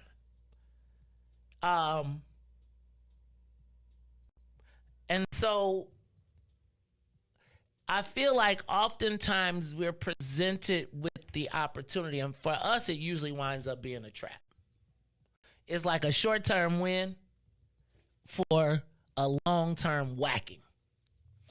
And I often I think that there's been many a time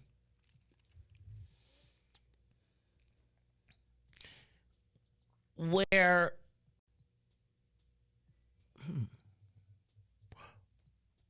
if you can get over on a person, do you? If you can get over on a situation, do you? I don't know that even if it's the government, especially as it relates to us, that we gonna get away with it. I almost feel like because we don't have the defense to even be able to defend. See, but you said get over that mean like you think you can. Yeah. So but see, think you can, but yeah, but if But I mean, I'm saying like most of the times, like I would say the get over, and a lot of times you can get over on a person and they can't do anything about it because it's gone, right? The federal, and I'm using the government right now as the space because you were like, if it's the government, every time. And I guess my thing is, I feel like that's how we always wind up getting caught up. But sometimes you can come up. At what cost? So it's like you risk it. When you be down so bad, like you take certain risks. Like sometimes risks lead to rewards.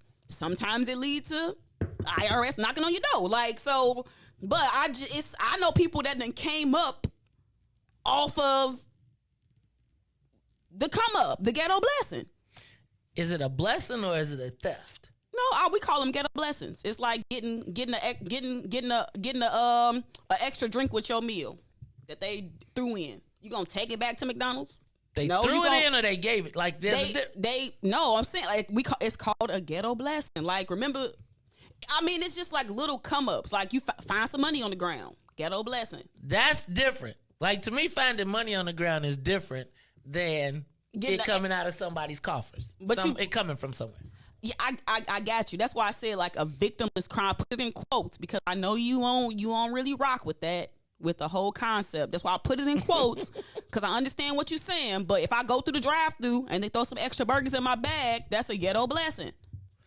Let me ask you, if they throw extra throw them in there on purpose, or if they gave you the wrong order and it's better. I still got my regular order, but they threw some extra stuff in there. I didn't even know until I drove away. That's a ghetto blessing.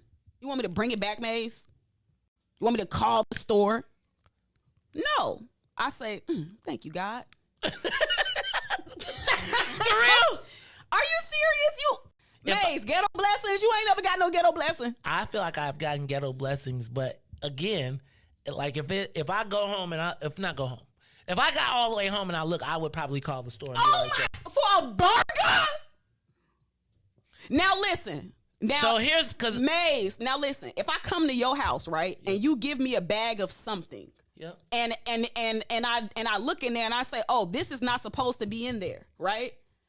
I would then call you to say, hey, Maze, but if you are McDonald's or Macy's or something, that's a ghetto blessing. Okay. Now you don't come up on your people. That's where the line is a fine line. When you can find, people always put their hand in the cookie jar. I didn't notice that human behavior dictates that you're going to find more people that's going to pinch off of your stash than that's going to leave your stuff alone. So when you find people that's going to leave your stuff alone, you better keep them people real close to you. But you also better live your life in that way because karma is real. And I, my right hand to God, I generally, for the most part, live a very non-exploitive life of people. Like I ain't taking advantage of people. I don't cheat people. Like, and that's really like, I'm not wealthy, but I feel like it ain't nobody I can't call if I need something. And that's a peaceful life to me, knowing that I don't live my life taking advantage of people, exploiting people. Like if I'm saying something to you, you can listen to the things that are coming out of my mouth and believe me. Like, you know, like, and so I think being an exploitive person that try to come up on people, that kind of stuff bleeds into your relationships and into your life. Like I can't stand people that are always trying to sell me something. Everybody know those type of people. Are you calling me because you want to talk? Are you showing me this, or are you trying to sell me something? And it might not just be a physical thing that you're trying to sell me. But people always trying to come up off of each other. That's really how that's how people be coming up. But it's hard to live. It's hard for me to live like that. So I feel like there's a different route to it, right? Like, I feel like I don't think that the path to success is either you kind of exploit people and you come up on people. Like, there's a value to the service that you provide. And if you have a value, there's a certain price that you can charge for it, and you got to get to a level to get there, right? But I don't know that I feel like to become successful, you have to exploit someone. I think... What? I'm just listening. Go ahead. Yeah, I don't think you have to exploit people. I think you charge a price, you charge a premium, or you charge to the level of your expertise that someone is willing to pay. But I don't know that, I feel like like when you said that, I'm not tripping. I just feel like, I don't know that capitalism dictates that you have to get over on someone to become successful or to be wealthy. And I would say that probably the quicker way to become wealthy is not getting over on people, but delivering what you say. Let's do this. Let's go to the live line. Carly on the Maze Jackson Show. If you can get over, do you? Yo, what's up, Ruthie? What's up, Riis? What's up, bro? What's cracking, dog? What up, Devo? Hey, man, Ruthie's right, bro. Ruthie's right. And you going into her waters, and she's going to take you up under the water and drown you, bro. It is. When people say, oh, man, the game is to be told, the game is to be sold and not told, that's exploitation, bro. Like, Go ahead. Yeah, I'm gonna listen to you. hold on. We live in this society where the rules were dictated to us. Our original value set, not even original. We never even got to develop on our own. We were given this society. The society was brought up on exploitation, pillaging, rape, murder, all of that. Lying, backstabbing, cheating, all of that. So we only mimic what we see. So when we talk about this government stuff, people knew that they was bogus, but the justice system, we know that there's loopholes in the justice system. All I need to do is have a good lawyer. All I got to do is, if the judge is my partner, if this, if that, all of these little loopholes. So there's really no accountability. Unless if you look like me or you ain't got no money, or why they do that? Because you out there bad. So I'm going to take the penitentiary chances. If I can see it pay off, even if I don't know that it's going to pay off, I still might take the chance. Just so my kids can eat. Or my girl I can show appreciation to my woman. Or my community love me. That's the ghetto blessing. Hey, man, y'all come through and get these burgers Devin on the drive-thru tonight. Man, say less.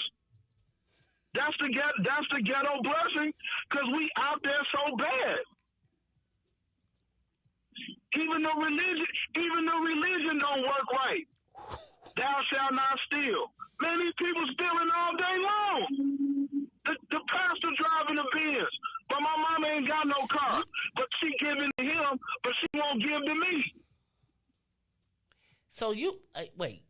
I hear you, but so you're suggesting that because the system. Okay, so let's back up. So you say yes, if you can get over, get over. No, yes. That's not. I'm saying why. No, you just got to say you agree with Ruthie, right? Like I'm saying, the question is, here go the question. Bro. The question is, if you can get over, do you? Now we're gonna take it all the way up to the feds, and I think the feds becomes the justification, right? Like that makes it. The feds is different than the drive-through.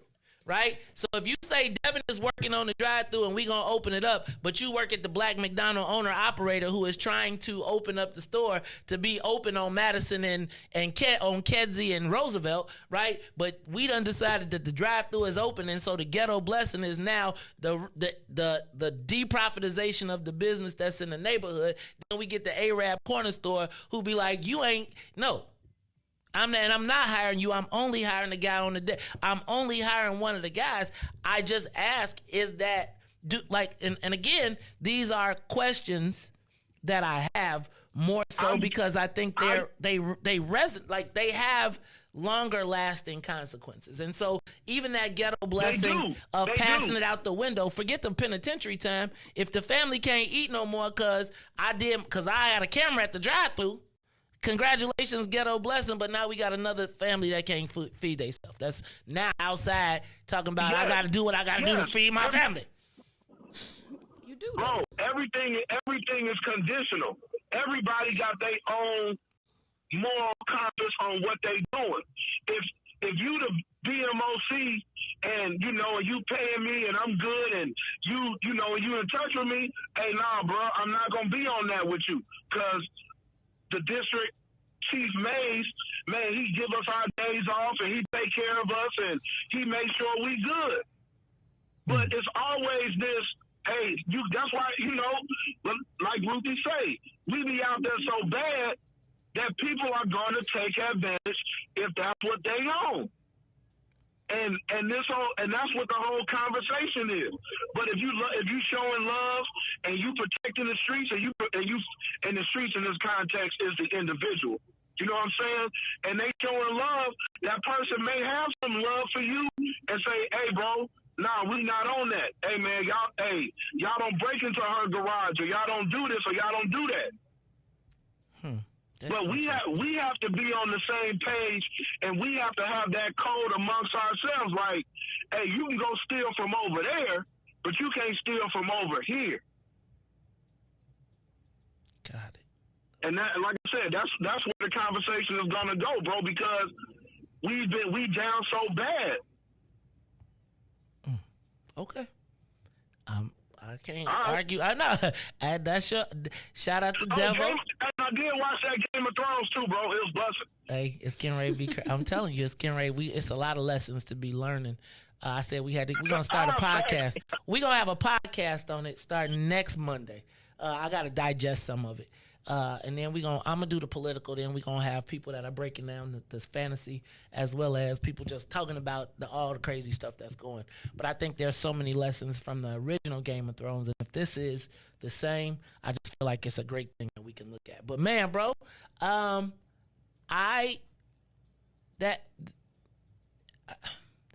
I'm gonna say this.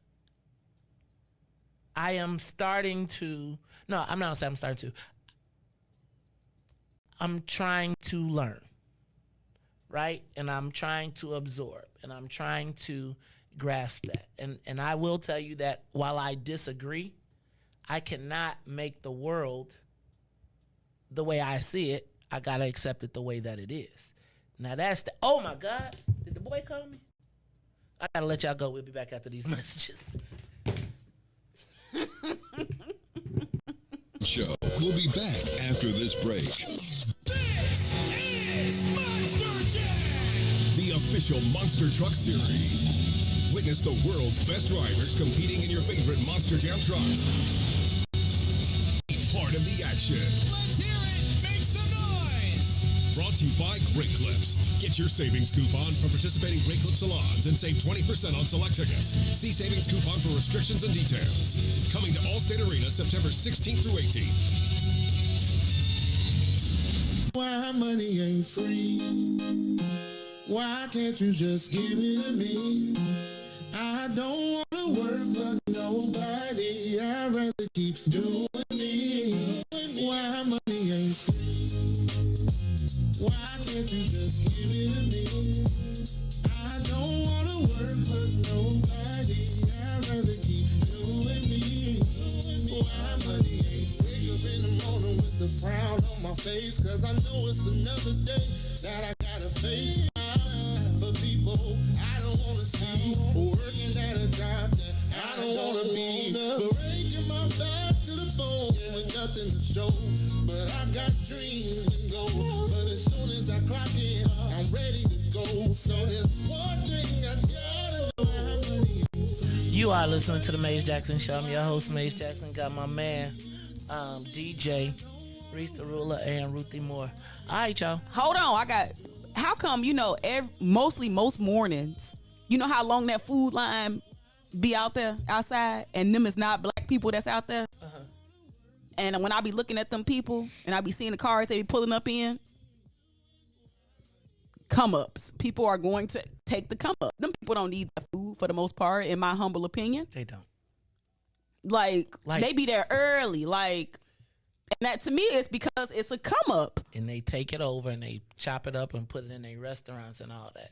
And I feel like, again, same thing though. I'm same not concept. Exactly. And that's crazy to me.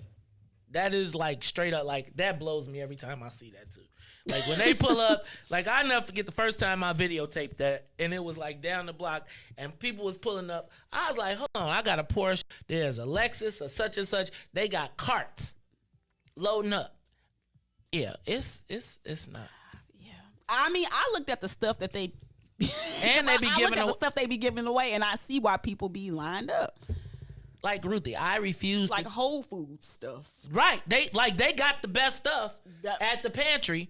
The best stuff. Like I don't, but my thing is I wouldn't, like, I think if we all wanted to get in the line, we could. I just won't. I would not, because I feel like I'm bogus for taking from somebody else who can need it, but that's a whole different story. Anyway, y'all, it's the Maze Jackson Show. I want to move on. I did say I wanted to talk about back to school. How many people are going back to school today? I would like to hear from my CPS parents and students and teachers. Do we have any of them out there? I think Bueller quit CPS. She ain't calling. But if you are a parent or student, you got your children in the car and you are ready to go to school, give us a call, 872-259-7474. I hope the children was not listening. Do not be coming up. Who topping the grits Maze made this morning? I didn't make them though. I just laid out I made this last week. I made eggs and grits. This week I was like, I laid out the packets. Help yourself, homie. Who making breakfast for their baby? Do you do what? You know what? What do you do to make sure your kids are having? Laid out did you put the bowl out too and the spoon, or just the packet? I just threw the bowl. I put them in the bowl because I like the effect. Okay, good. All right, give us a call, 872-259-7474. If you got a child in the car and they on their way back to school, or if you would get over just because you can, give us a call, 872-259-7474. And Israel, don't be calling me talk about some 7474. It really looks like 5555 to me, but I got it right when it's up there. All right, it's the Maze Jackson Show. Caller, you on the Maze Jackson Show? Good morning, Maze. Good morning, Anthony. What's up, dog? You talking? Well, I'm stuck on the last topic about the exploitation of people. Hit me. All right.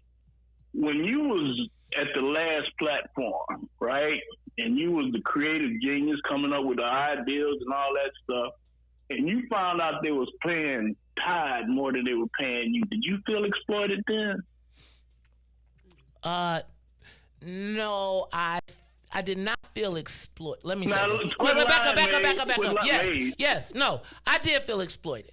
I did. So you know what it feels like. You know what it feels like to be exploited. Somebody taking advantage of you. Okay, so it happens all the time. White folks have done it to black folks since they brought us here. Come on. Okay, so I don't know how you could just sit there and it ain't no big deal. It is a big deal. That's why we're in the position we're in as we speak. Still trying to come up hundreds of years later. Got a knee on your neck. You got somebody holding your feet so you can't move. And taking advantage of every idea you come up with. They take it and run with it. Unfortunately, Anthony, typically you exploit the people that are exploitable. And so we ain't generally exploiting white folks in general. No, we're not. In general, we're not. We don't get the opportunity because they don't trust you as soon as they see you got that melon in the So job. when you have the opportunity to get over, usually 9 times out of 10, we're going to go to paycheck protection in a minute, but usually you're getting over on someone in proximity to you, right? Yeah. Usually you're getting over on someone in proximity to you. It's systems that people exploit. There are systems and there are systems, and then there are people within that are victims of same system that are also then potential exploitative victims. And it's again, it becomes a cycle that we rationalize, small, medium, or large. And I definitely feel like I was taken advantage of in the space of that. However, the last platform. But however, God bless you back up, and put you in another space. No. That's not what happened. I have derived from that something that they could not give me. There is what I do, and my mission was not derived from them, right? And hence, finding out that they paid Todd, and now I pay to still do the same thing, for which there is no direct benefit, right? There really isn't. So I would not say that. I feel like there is something that I personally get from it that it fulfills for me. And so whether Todd got I felt a way, but what Todd eat don't make me. And I understand all of that. But see, back to what I said originally, it was your idea. You're the one that was up at 4 o'clock in the morning trying to get in there to make that work. It wasn't Todd showing up at 10 minutes to 6 or whatever. You know what I'm saying? You know. So let's not diss Todd. I don't want this to be a diss. I don't want this to be a diss to anybody. Again, I do. No, you shouldn't. I do. But that's not on Todd. That was the system exploiting. Like, let me back up. Todd did nothing wrong. Todd negotiated. What they recognized was I was thirsty for the opportunity to be on air. Now, I have been able to translate that to more than Todd probably. I don't want to say more than Todd. I was able to translate it to something more than salary. And still, it still cost me, but I do think it had a value. So I'm not bitter. I don't get mad at that, and I don't be like, yo, they got me over. I feel like I turned it into a plus. I think, you know what though? That gave me 2 Hulus. It gave me a Netflix special. It gave me the Sundance Film Festival. It gave me a lot. It gave me probably some things that will manifest years and years later. But again, I do think that they exploited me.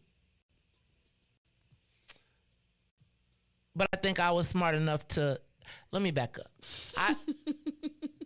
I think it was a mutually beneficial relationship. I think they got over on the fact that I had a desire to be on air.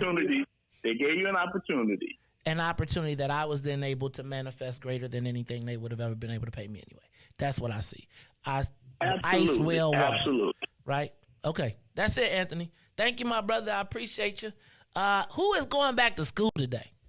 And what schools is cracking? Is your school ready? Do you feel like your school is ready to go back? What's going on with your school? Y'all kids ready? Are they COVID proof? No, ain't nobody COVID proof. Well, nowadays, did you hear though? Did you hear about the CDC? What they talking about? Talking about everything we told y'all was wrong. Oh yeah. We starting over. So no, you didn't really need the social distance. Yeah, we gonna let go all the people that lied gave you to the y'all. messaging. We just need. Do you understand how many times I was like, stay over there? I don't even care no more. We just going with the flow. Oh, no. We don't go with the flow. That is what we doing. Going with the flow. Well, I just know this. I am happy. I am happy that the children are going back unadulterated. I'm fired up for them to go back into the school year. Hopefully, we will have this. Do you think they're going to shut schools down anymore? Because of COVID? Mm-hmm. I think that time is over. Because, I mean, we went to high alert, and we ain't changed nothing. I peeped that. We went to high alert Like, real quietly. We was in the highest bracket of COVID outbreaks. Well, I think monkeypox is going to be the next thing. They're going to have to get monkeypox plans if they ain't already got them. Because you know that I've saw some cases of some babies, some young people with monkeypox. I just saw that in New York. Who gave the baby monkeypox? Who knows? Who gave the baby monkeypox? So I think that's going to be the new frontier. COVID, what? Monkey's going to be monkeypox. If you had monkeypox, would you tell anybody? Oh, my God. Wouldn't they be able to see it? Where? I wouldn't be outside. I would wait. Hold on. You know what? If I got monkeypox, like right now, I would probably. I scoot over. Not gonna lie, I would probably tell people, but I would more so probably try to.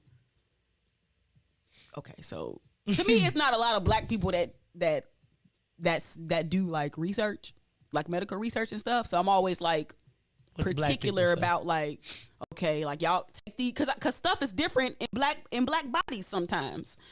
So I would probably lend my body to research so that they could study how monkeypox impacts a black woman of my age group and demographic. I would think that's how my mind kind of works, because by hiding it, like nobody can learn from that. But I also understand Henrietta Lacks and what happened. And the Tuskegee, like I get it. So it's a slippery slope, but we just need more black people sometimes to participate in stuff. Like I ain't donating my body to science when I die. Like I ain't taking it that far. But I just, voluntarily, because involuntarily they be studying us. So I voluntarily will ask, like, are there any studies available or whatever? Would you make them pay you?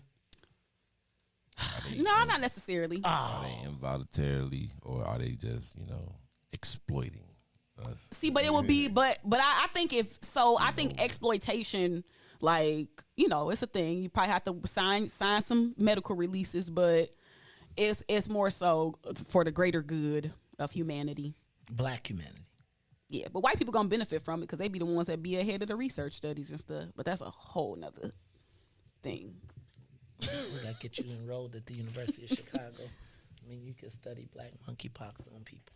Black monkeypox on people. Was that a bad thing? I'll put a monkeypox on you in your house. Don't nothing you ever touch. Could you imagine at the end of the new purple, color purple, they be like, and I put monkeypox on you.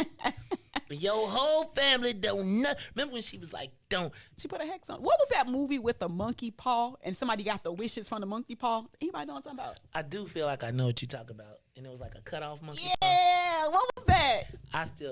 Did I ever tell you about one time? This lady, they stole some money from us, and then her mama came after we caught them, and she said, and put a don't hex? Nothing. Like from Color Tanelia, Purple? me and Tanelia was like, oh, wow. If you don't get your hula falula up out of here. Not hula falula. Hey, them hexes just be real. Play around with that energy. Hey, man, they mess around with the Exodus and the Hexodus. Hexodus and Exodus. All right, y'all, this is the Mace Jackson Show. I have not done anything on the paper today. Well, I did do one thing, but I do want to say thank you to everybody from WBGX 1570 AM who tunes in to us. Look at that. That'd be looking like the monkeypox. Look at that. I don't want to put a monkeypox on you. I reversed the monkeypox. Nah, you got the pim I pim don't pim. really even be going nowhere like that. What? You don't believe in the hexes? If monkeypox is in the air, okay, but I ain't finna be sharing no towels. You ain't gonna see me. Who's gonna share a towel? Wet towel? You know what I'm concerned about with monkeypox? Linen, like hotel linen. Like you think hotel linen, towels, things like that. I already got an issue with the hotels and they let the dog in the room. Now y'all. I was thinking about that. Like monkeypox. Did y'all hear about the dog got monkeypox? I've been keeping up with the pets, the dog the is monkeypox. The dog pissed off. Like, what I got to do with this? Then my question was, well, now, what kind of contact were you having that you got you some monkeypox, doggy? Proximity. That's what make monkeypox so like. It's the proximity. You people pet their dogs, and if you just so happen to pet them with the hand, you touch your blister. Now your dog got monkeypox. Or if you breathing in your dog face, do they get? I think. Why are you breathing in your dog? So with that particular case, your dog yes, with that particular case that you're talking about, I believe that the dog slept in the bed with them. So that's like really close. Do proximity. black people let dogs sleep in the bed with them? It depends on probably the type of dog you got. Do black people let dogs kind of sleep? bed you got? You let your dog sleep in your bed? Depends. What mood I'm in? What mood the dog in? Really? Sometimes it depends. Do it be by you? Do it like touch you or something in the bed? Yeah, I like to feel that. Yeah, so I don't know. Dogs are pack animals. So from the time when they're born, they are together, listening to each other's heartbeat and feeling the warmth of each other. But don't they walk around in the dirt? Yeah. Don't they be rolling around in the dirt? I don't know about that part. Don't they be going and scratch across the grass? You can like wipe your dog down when they like. That's a thing. Like the same way you wash your body, you can wash your dog body. The same way you wipe your hands and the same way you wash your hands when you come in the house, you wash your dog hands when they come in the house. Oh, you might as well have a child. That's people's problem. Wait, this is a dog, y'all. But I mean, I love dogs. I'm sorry, I take it back. I love it all. Wash them. Give them shit. I saw somebody with a Montclair dog jacket. I was like, you spent $1,000 for your dog to have a jacket. You love that dog better than you love people. They're part of people's families. Hey, dog. I was just watching a special on Netflix yesterday about cats. I don't like cats. I didn't either until I looked at the Netflix special yesterday. And it was like, cats are like dogs. We just don't know how to talk to them. No, they're not. They said there's no research. They said we're 25 years behind on cat research compared to dogs. And if we knew how to communicate with cats, they would be much more lovable animals too. That a cat is essentially a prehistoric wild animal living in your house. But I can't walk my cat. You actually can. I was watching yesterday. You can. It's hard to. You gotta train it though. First of all, homie, I ain't got no dog. It ain't no dog getting his. No. Yes, you just wipe him up. You come in the house from outside. What's the first thing you probably do is probably wash your hands when you get in your house. Probably take your shoes off and wash your hands.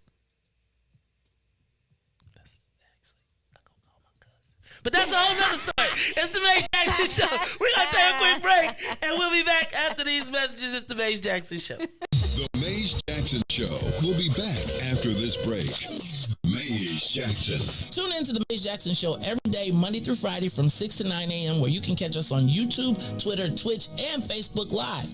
Plus, from 6:30 to 8, you can get us on WBGX 1570 AM. That's right, it's the Maze Jackson Show, where every single day we ask the question, what's in it for the black people? And if you don't like it, you can still tell them, Maze said. We out of here. Peace. This is Monster Jam, the official Monster Truck Series. Witness the world's best drivers competing in your favorite Monster Jam trucks. Be part of the action. Let's hear it. Make some noise. Brought to you by Great Clips. Get your savings coupon from participating Great Clip salons and save 20% on select tickets. See savings coupon for restrictions and details. Coming to Allstate Arena September 16th through 18th.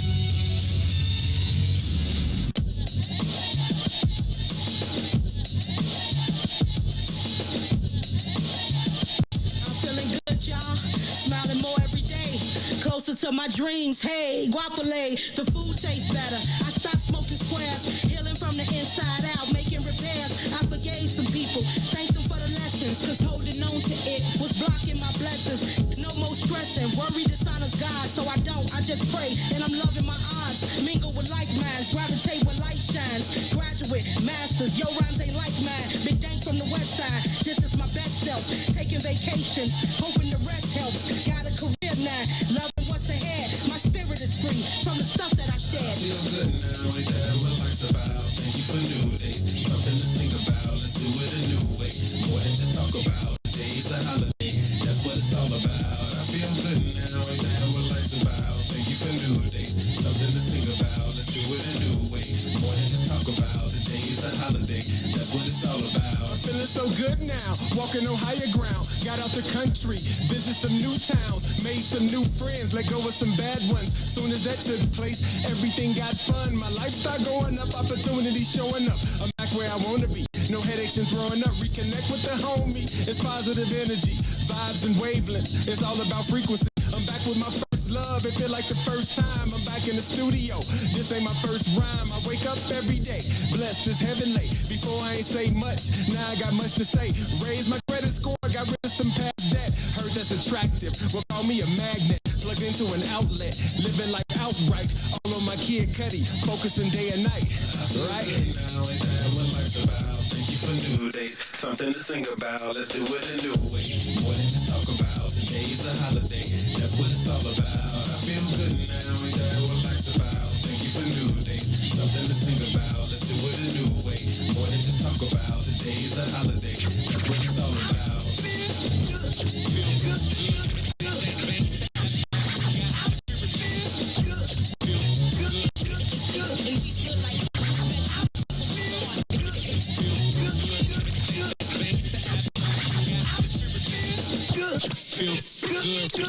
See, mind state gets busy. That's the cardinal rule.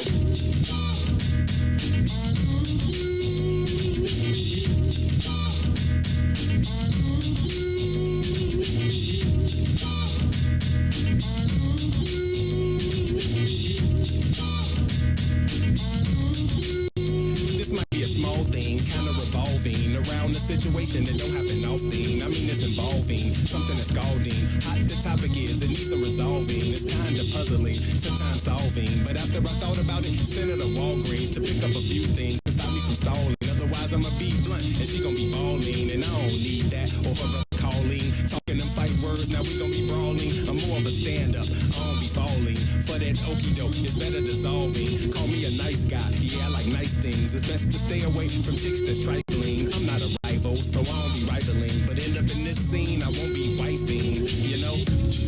Avoid a quick fail, take heed to this wise tale. If you feel me like real, take heed to this wise tale.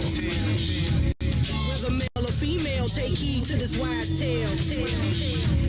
Outside or in jail, take heed to this wise tale. She got a secret, don't know where she keep it, don't know why she hide it, guess it's convenient. She like a zebra, two things at one time. It ain't black and white when you lived it a lifetime. She got a story, might be a fable, no categories. She don't like labels, she like a loner. Maybe she's selfish, something is fishy, but she don't like shellfish. She said that her phone broke and she need a new phone. She got a night job, now she got two phones, one for the pubic, one for the public. I Freudian slip, y'all, I think that you dug it. She got a curfew, she live in the group home, but she in Miami, getting her look on. She can't be truthful, not what she built for. Mouth might be useful, but nothing to kill for, you know? Avoid a quick fail, take heed to this wise tale. If you feel me like Braille, take heed to this wise tale. Whether male or female, take heed to this wise tale. Outside or in jail, take heed to this wise tale.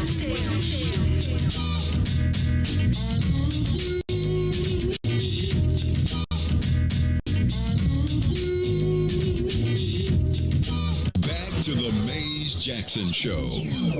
You are listening to the most dangerous show. This is What's in It for the Black People Radio. Maze Jackson. Maze Jackson, the most vociferous advocate for black people in the world. For Ruthie Moore, for Ty Stroger, I am the host of the Maze Jackson Show, asking every single day, what's in it for the black people?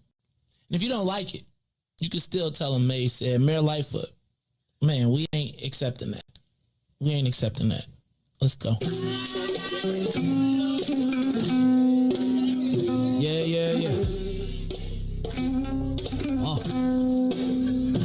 Let's get down down to business and go ahead and address the facts, man. Lightfoot seems more lesbian than black. Rahm Emanuel's another case. He was just as tired. 50 closed schools left much to be desired. Police had Anjanette naked on that body cam. They suppressed the footage so it couldn't touch a lot of hands. Reminds me of that 16 shots in that cover up. Both of them similar, so I went and dug it up. George Floyd killed, a lot of riots happened in the town. Southside burned and they wouldn't let them bridges down. Grandmother sick, need a prescription and plus a couple groceries. You gon' have to travel just to get it now. COVID-19 out here shutting all the business down. Not enough SBA loans to even give around. So many failed businesses that you can put them in the pile. If you don't survive the pandemic, it's gon' sit you down. We sing, dance, play ball, entertain, and crack jokes. Government infested black neighborhoods with crack smoke. System that milked us so bad, we got lactose. Still trying to find out what's in it for us black folks. We sing, dance, play ball, entertain, and crack jokes. Government infested black neighborhoods with crack smoke. System that milked us so bad, we got lactose. Still trying to find out what's in it for us black folks. Shout out to Willie Wilson, hope one day you get to send it. We need some different players in the game to handle business. So many shady characters like Madigan and Blago. But when you really break it down, it's typical Chicago. City full of gangsters, it's what the land was built on. Same streets with hood legend DNA gets spilled on. Carjackers out here lurking, trying to get their steel on. Looking for a block to put them Hellcat wheels on. Let us give bogus appraisals a red line. Car crackers out here getting minimal fair time. And up the seal carry, I stay with the pipe. But Illinois gun laws giving minimal rights. Stay up on the swivel, make sure I'm moving tight. Check all of my mirrors when I pull up to the light. Pick my homie up from out of town, man, he caught a flight. He was hella nervous, told him, shorty, this is a way of life. We sing, dance, play ball, entertain, and crack jokes. Government infested black neighborhoods with crack smoke. System that milked us so bad, we got lactose. Still trying to find out what's in it for us black folks. We sing, dance, play ball, entertain, and crack jokes. Government infested black neighborhoods with crack smoke. System that milked us so bad, we got lactose. Still trying to find out what's in it for us black folks.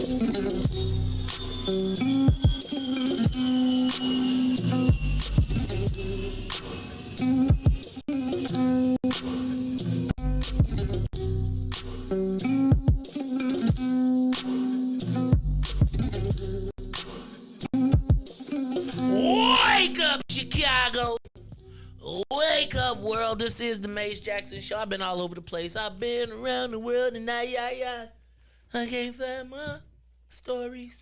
Why every time I hear that song, somebody remade it to some, was it Puffy? Been around the world, yeah. Why they play you hating? Yep. That was Puffy? Yep. We had a contest.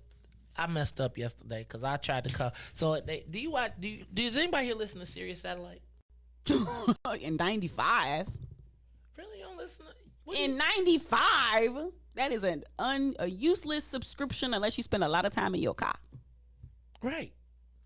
But you can just use your phone.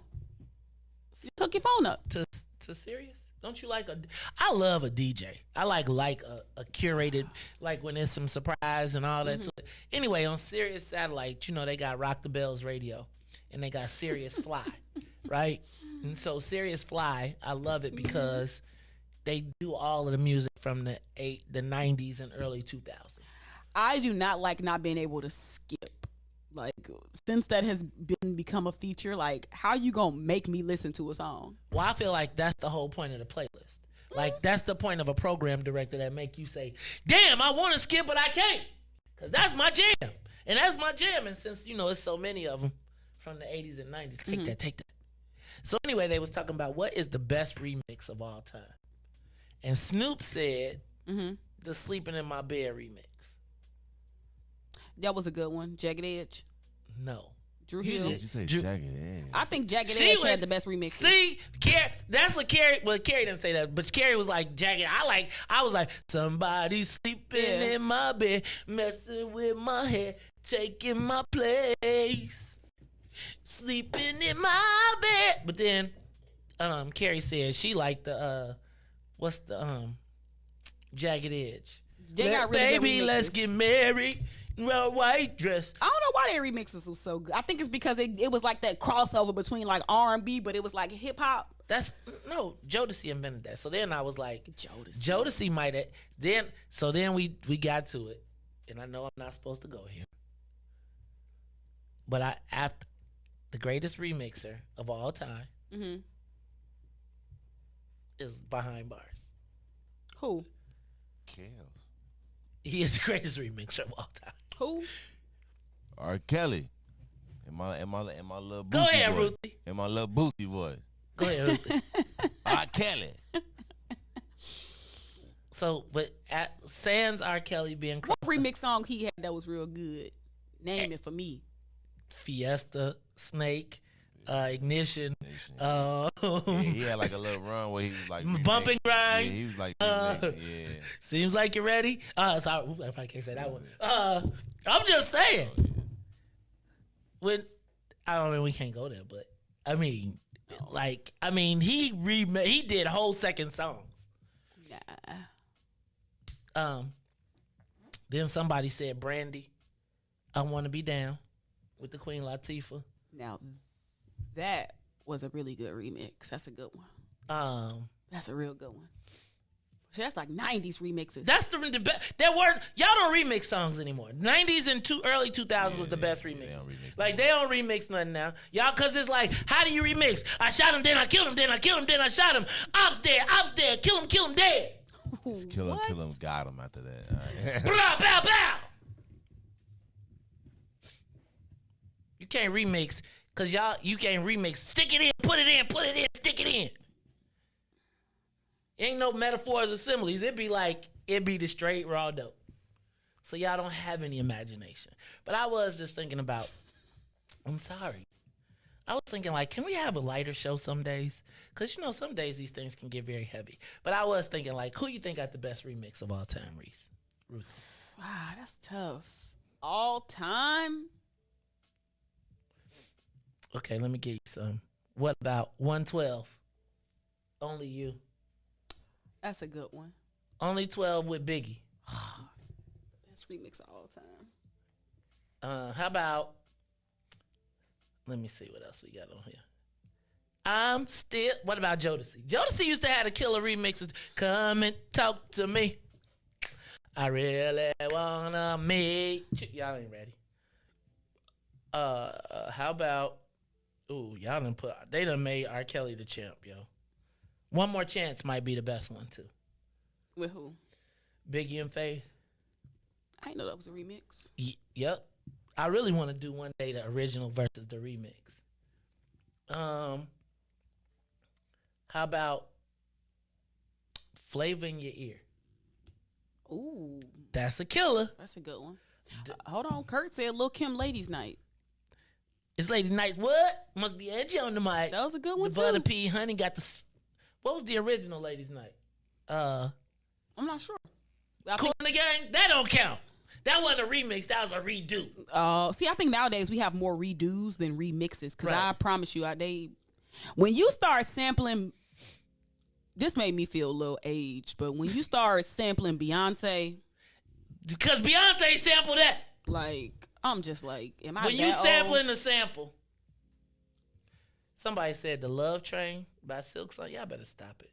Not Silk Sonic. Brandon chose violence. He said Fiesta. It was a pretty good remix. Let's Get Married remix. Jodeci, Come and Talk to Me. One More Chance.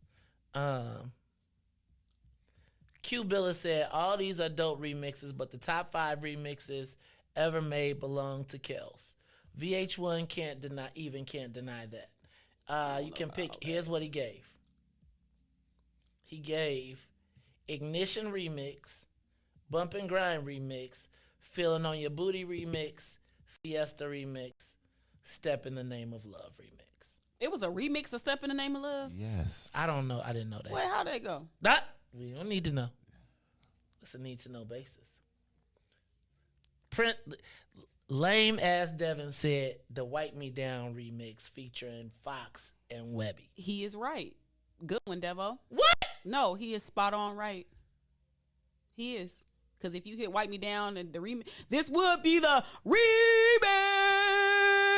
Better. Everybody's going to go on the floor. Original, still classic. But the remix will get the bodies on the floor. Wipe Me Down? Remix Maze? It's after your time. You wouldn't understand. Can you explain to me when they be the only wipe me is it wipe me down mean wipe me down I think wipe me down? No, it's because I'm on like James Brown. Woo. Like James, that's how you understand. Like James Brown, how James Brown was like, "Wipe me down." Oh, because you was kicking Because it. you sweating like it's on. How about SWV right here, Human Nature remix? Wait, I think you're underestimating this Boosie and Webby remix. Completely. Because if you pull up to the club VIP, gas tank on E, but all drinks on me. Wipe me down. Wipe me down, Maze. Come on, you know you got gas wipe somebody tank down. on E, but all drinks on. Wipe me down, or you can get wiped down for that one. I got no gas, but I'm gonna buy you drinks. You stop playing. Wipe me down. What? That's a wipe me down moment. It's a ghetto blessing. That's a ghetto blessing. You in the club and all drinks on. Come on, Maze. Right, but all drink, but I ain't got no gas. That's okay. Wipe me down. We ain't worried about that. This must be the Negro Rich remix. This will be the remix. Oh man, hey, that Rich Boy throw some D's on it was that remix. All About the Benjamins by Puff Daddy. That's a remix. That's a good one. But throw some D's. That was a good one too. Throw some D's Just remix. bought a Cadillac. Throw some D's on it. Come on, man. I know the song, but the remix was good one. Good. That's a good one. Pretty good. That's a good one. Said Ruthie KV said you should be singing Independence by Boosie. IND. He said that sounds too masculine. Wipe me down for women to like. What are you? See, let me tell you something, KV, Antonio. That was a Greek anthem. So Wipe Me Down is like the stroll anthem for me and Reese's age group. So that's why. Is that when they all be? That's swag surfing, Maze. Oh, okay. Wait, Connie said Aerosmith and Run DMC Walk This Way. That's a good one. That's not a remix. That's original.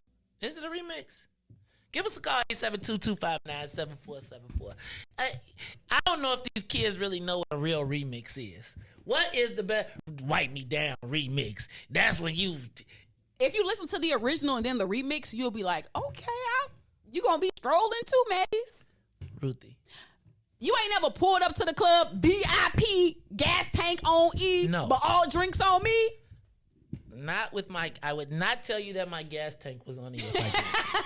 I'd be like, man, we rolling on a full tank. And y'all can drink all the drinks on you as long as it's well. Chief Keef, I don't like.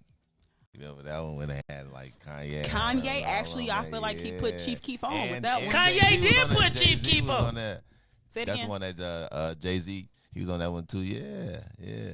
Ooh. Okay. What about? Okay, so give us a call, 872-259. Somebody said Shirley Caesar, beans, greens, potato. That was a good one. That one. Boys to Men vibing remix. No, I tell you what was a good. The remix was dope. You talking about 3-piece? Ooh, ah. Oh no, I'm talking about 3-piece. Yeah, 3-piece did 3-piece had ooh ah. No, See, here y'all go with these. Here y'all go with these pronunciation. Long A, short A, Caller, you on the Maze Jackson Show. What is the greatest remix of all time? Hello? Caller? Hello? Yeah, I'm calling about being pulled over by the police. Oh, you got, well, come on, tell me about being pulled over by the police. What's up, caller? Yeah, I was pulled over because I was missing a hubcap. And I said, why are you pulling me over? He said, because I'm pulling you over for indecent exposure. And I said, because I'm missing a hubcap? He said, yeah, I can see your nuts.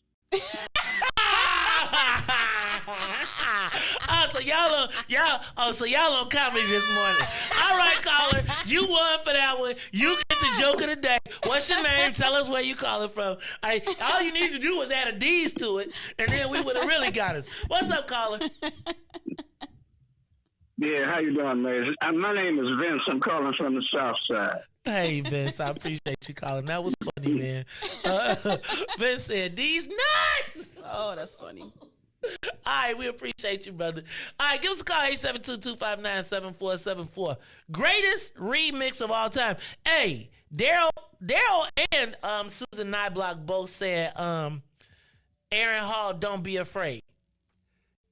Don't Be Afraid. I remember that one. Edie is saying Mary J. Blige and Method Man, All I Need. Yes, good one. That was a good one. Definitely top 25. Damn, I'll be there for you. Definitely top 25. Oh, we should do the top 25 remixes of all time. That would be a good one and see what we came up with. Caller, it's the Maze Jackson Show. What you got for me? Caller, who got the best remix of all time? And no more These Nuts jokes. Hey, man. Hey, bro. You back. Hey, You bro. back. You back. You back. Hey, bro. What you want to talk about? Well, I don't even know who Lil Webby is. Go ahead. Hey, dog. What's funny is, as you being a Sigma, I don't get how you don't know what White Me Down is, bro. You must be a Sigma from back like in the 50s or something when they was like had their hands on their knees doing the jig, and it's supposed to be the crazy legs or something, bro. Because I thought all the Greeks knew White Me Down, bro. That's like you couldn't go to Freaknik. Well, nah, Freaknik, that's way before stop. That wasn't no Webby, ain't no damn Freaknik. Stop it. Freaknik stopped in 1997. Y'all couldn't even go outside. Y'all couldn't be outside during Freaknik time. Stop it. Y'all was sitting in the house listening to your Candy Girl pop. What was y'all? Y'all was probably listening to B2K during that time. We was listening to ABC, man. Hey, it ain't gonna be no Atlanta Slender in this, man. But hey, that Don't Be Afraid remix, that's nice. And You See Me Swinging remix, I think it was on the I forgot what soundtrack, but that one was a good one too, man. But yeah, dog, you got to get up on that Boosie and that Webby, man, because I don't know how you was doing the Sigma walk and not, wiping me down, bro. But yeah, dog. Oh, and I'm About It remix too. That was a remix too. Ooh, the second one that came out. I'm About It. I'm About It. Yeah. So. All right. Down south got its own stuff, man. We ain't Don't nobody listen to that. Chinese too. Well, that's all right. Y'all was trying to look. Everybody's didn't A-Ball and MJG sign with Puffy though? One day on Bad Boy for a minute. Oh, okay. Yeah. Yeah, they was. Hey, and then one of Jay-Z's biggest remixes was the high remix he did with Juvenile. So, thank you, Jay-Z, for that, too, bro. Okay, I give you that. We put Jay-Z on, too, man. We put Jay-Z on, too. You put him on. You put him on. That high remix with Jay-Z was kind of, Jay used to identify it, I don't know that one. Oh, that's a good one. Y'all need to stop putting all this R. Kelly in the chat. But Down Low was a good remix for Mr. Big. Oh, God. It's like... So how many years does he have to get before we could play the music? Never. Like even if we take out the you can't take it out. That's true. Like it's pervasive. I do feel like it's kind of crazy. Age ain't nothing but a number. I feel like I lived through that era and like it was kind of crazy because everybody's like, really? He married Aaliyah? That's kind of crazy. So best remix of all time, did we come up with it? Donald Harris said Twister and Speed Knob. What Crook County remix? I'll tell you what. That song was hot. I don't remember the Crook County remix. I'm going to tell you, I don't know if Twister can ever beat Adrenaline Rush, though. Oh. Dog, when that track hits the begin, like if you are somewhere where there's some bass in the car, it'd be duh, and then with Buck got that voice in verses and verses. Side. Yeah, Twister should have remixed that one. He should have put all Chicago on there. Do we have a Chicago anthem? Like, is there a Chicago? Sweet Home Chicago. A hip hop version. Oh, we need a hip hop. What's track. the hip hop Chicago? We used to have a track. It's Kanye. The song he got. It's If you say it's got Lupe on it. I put on for my city. Oh, that's a good one. But that's everybody else's city though. They put on for their own cities. That he made he made it about Chicago. Nah. Home again. Yeah. That ain't a Chicago. I'm talking about a Chicago anthem where everybody ain't no Chicago anthem? jump on. Like where all the Chicago. Now if he would did that and put all the Chicago rappers on there, like on a remix. You tripping. No. That's a Chicago anthem. We need a Chicago rappers anthem. A Chicago rappers Who would anthem. be on the Chicago rappers pantheon? See, I told you it's Homecoming. That's a Chicago song. But it ain't. She just telling you the song. No, she agreeing. She agreeing. No, she not. No, she not. And Audrey is from my era. She knows what time it is. She knows y'all know. What would be the Chicago All-Star? Like, so I was going to ask this, and we'll throw this into the mix right now. What? Common, Shy City. What about that one? I think. When you say Shy City. Reese agreed. When you say Shy City. But it ain't enough rappers on it. Like, I feel like there needs to be a Chicago track with Twista, Kanye, Common, Crucial, Do or Die, Chief Keef, Bump J, like one of them long, just everybody just take a track and they just go at it. No. Y'all see, y'all don't love Chicago. We already got Chicago songs. We do not. That's Sweet Home Chicago. That is not you be singing Sweet Home Chicago. Hey, Dream, hey. Okay. That is a Chicago song. Now, Hey might be an anthem for Chicago.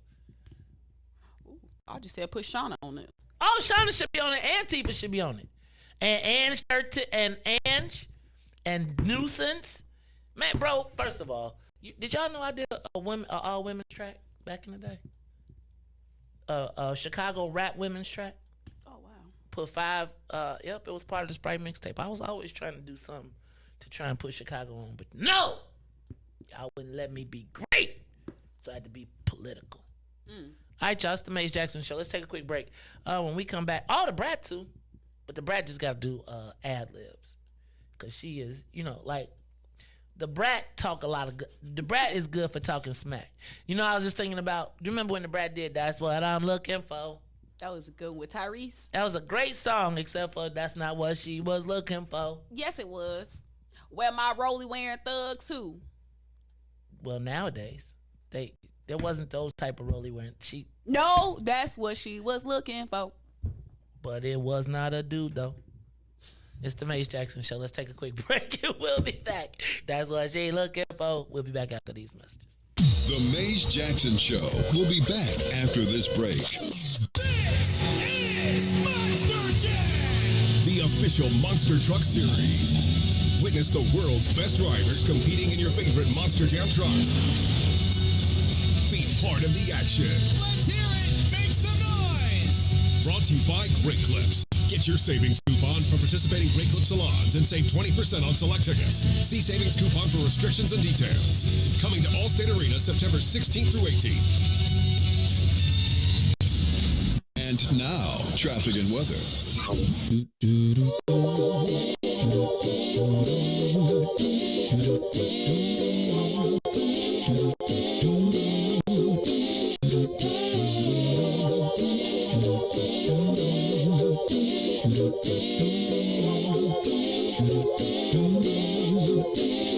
Good morning, what's in it for the Black People Media family? The time is now 8:33 a.m. I'm Riis the Ruler with your Chicagoland area traffic and weather report.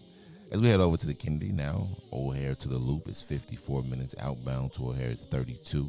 On the Edens, it's an hour. Deerfield to Exchange, 40 minutes outbound. The Eisenhower, Thorndale to the Loop is an hour 10, just 30 back to Thorndale. On the Stevenson from I-355 to the Dan Ryan, 63 minutes, 33 minutes outbound. While the Bishop 4 is 51 minutes, I-80 to the Dan Ryan, 25 minutes back out to I-80. The Dan Ryan is 23 minutes to the Loop, 12 minutes to 95th. On DuSable Drive South, 55th to Jackson will be 11 minutes, and Jackson to 55th will be 8, while the north side is still 8 minutes in both directions. Today's weather, it is currently 68 degrees and partly cloudy. Today will be a high of 79 with a low of 63. I'm Riis the Ruler. Happy Monday, the Maze Jackson Show. Did you have to go to jail? Put your house on up for sale. Did you get a good lawyer? I hope you didn't catch a tan. I hope you find the right man who'll fix it for you. And are you shopping anywhere? Change the color of your hair. Are you busy? And did you have to pay that fine that you've been dodging all the time? Are you still dizzy?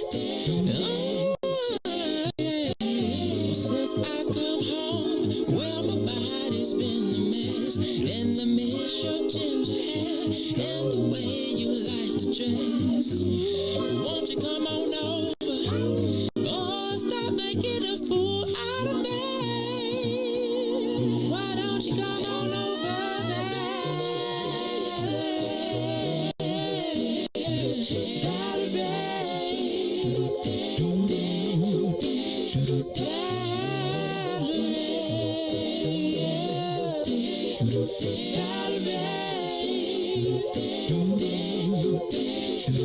Well, sometimes I go out by myself and I look across the water and I think of all the things what you're doing. In my head I paint a picture.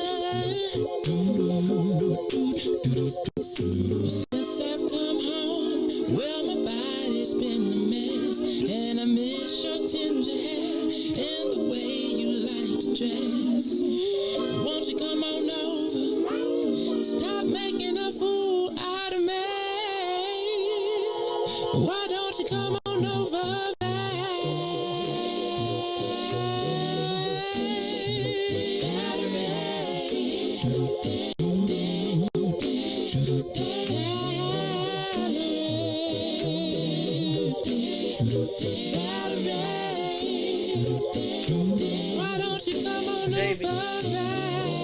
You are listening to the Maze Jackson Show. I'm your host, Maze Jackson. Got my man DJ Riis and Ruthie Moore. Shout out to JB Allen. Thank you for all the way from Stacacalac from Charlotte. We appreciate you. We got your check. Ruthie gonna send your stuff out.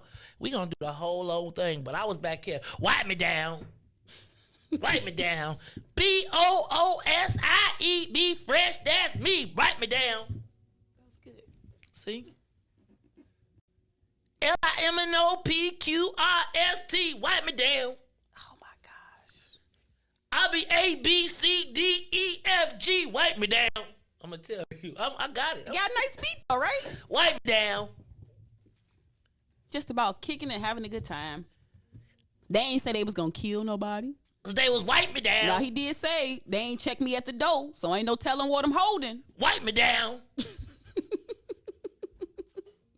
That song need to be pat me down. I was like, I would not be at that club. Pat them down.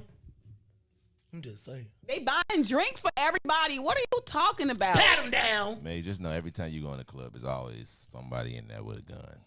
It usually is me. Riis. That's the whole point of being VIP. Don't touch me now. Don't touch me now. You know, I used to be like this. Do, do, do, do, do, do, do, do. That was him. Let's go. Like the whole premise of being VIP back in the day was, don't search him. Don't search him.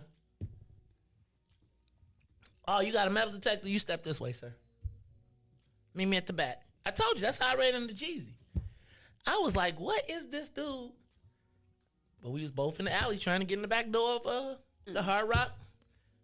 I was like, that is a goofy looking chain. Little did I know, that was the snowman. I was like, wait, is that like does it look like frog? Like, does it like a thing with like 3 balls and a... Wipe me down. I'm about to be wiped down all day. Oh, no. My son finna be mad. Look, I need a wipe me down button. So when I be like, Riis, wipe me down, you be like, and then I want you to be like, MAZE, right? Oh, wipe me down. Please don't ruin it. That is a classic song. MAZONNE, wipe me down. WIIIFTB, wipe me down. RUTHIE, wipe me down. Oh, God. You don't wipe me down. I'm telling you, give me a button. Best remix of all time. I'm about to make it. I'm just saying. What is it? Should I spell it all out or should I make it Maze? MAZE, wipe me down. Maisie Maze. I'm just telling you, I'm gonna be fresh. Y'all shouldn't have gave me that remix. It's gonna be. I'm about to. Are y'all spelling stuff out too? All right, best remix. Usher and Twister. Usher and Twister had a remix. So what song? Confessions? These are my... Now, I missed that one. I know some confessions, but I didn't know it was a remix with Twister. These are my confessions. That all I could say. Better chick on I got the one. Other. What? Rough Riders Anthem.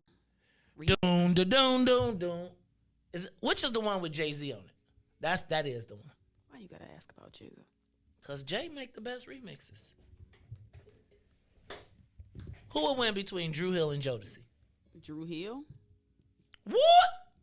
What? Are you serious right now? These are the times we all wish for. You think Drew Hill will beat Jodeci? Yes. I had a Drew Hill versus Jodeci concert the other night. Mm-hmm. Who won? So, I'm a Jodeci. I'm kind of lean towards Jodeci, but I do think that Drew Hill. They got bangers.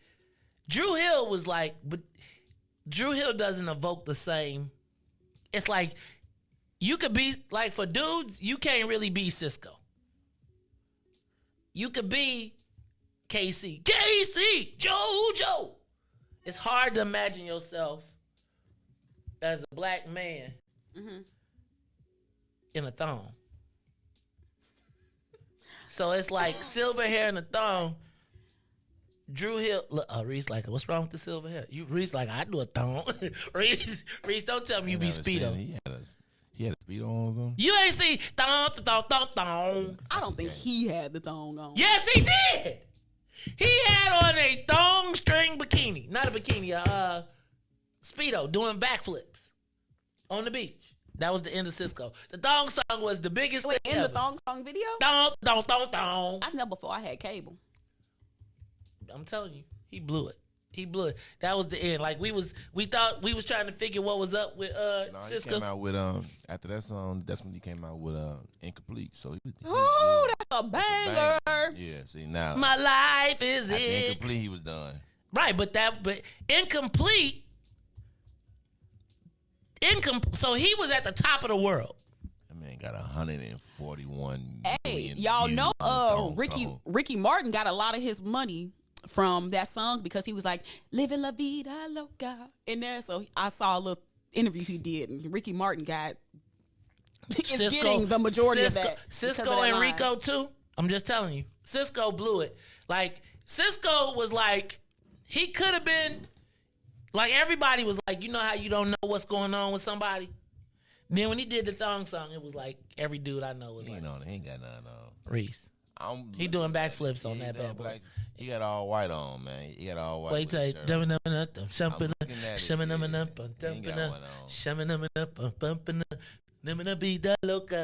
got dumps in the trunk. Dump, bump like bump, bump, bump. Oh, it's dumps like a truck. What? Bump, bump. Let me sing it again. She had dumps like a thump. Bump, bump. Dumps like a what? Dumps like a bump. It's dumps like a truck, like a dump truck. I like dumps like a bump. Bump, bump. I do not see him doing backflips with the thong. That's what I'm trying to say. He ain't got it on. They must have changed it. No, you don't be slandering his name like that. He ain't never did that, Maze. Okay, get ready. You see, I'm going through it. This song was. Get ready.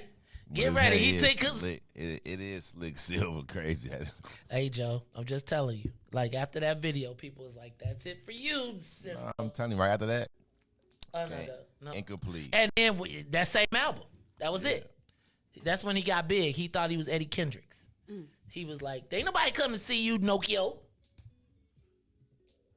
Let's see who else. All right, who? Mary J. or Beyonce? For what? Period. Well, if I am... Don't do the Marcus Evans. Marcus Evans... Well, I mean, it depends on where you at in your life. Oh, my God. Marcus Evans said the same thing. Marcus Evans said, am I living it up or am I where am I in my life? That's what I'm saying. Where you at in your life? If I'm down in my life, it's Mary. My life in the sunshine. Mary J. Blige, if you just got to pick one R&B diva. I low-key am probably going to go with Mary. Wow. Only because Mary is a foundation to a Beyonce for me. And Mary, okay, so in my humble opinion, it's something about Mary music that you could always feel So to know that she went through what she went through, to me, her music has like an air of authenticity to me. Whereas I feel like Beyonce is more commercial. Whereas Mary was like, I'm not gonna cry. She was going through some stuff. Cry. I'm not gonna So Mary's cry. music is timeless. Good music is timeless. Shed no tears. Well, I'm not gonna She had happy cry. songs too. Don't do Mary. Dancery. Time on my hand. What, dancery? That What is one. it? What the hell is a dancery? In his dancery. Right.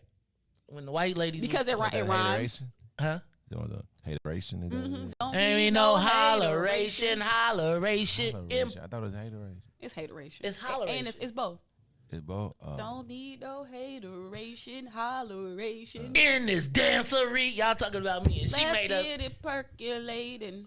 I know. Because it rhymed with Yeah, I know. soldiers dance for me. Hey, man, y'all know Beyonce better than her for real. Y'all. Well, it depends if you like entertainment. Like This y'all being contrary. Mary ain't finna dance like Beyonce, but if you like entertainment, like you probably gonna Mary got rock her. with Beyonce. You know Mary do the Mary dance. I like both of them though, but karaoke, I'm going with Mary J. Blige.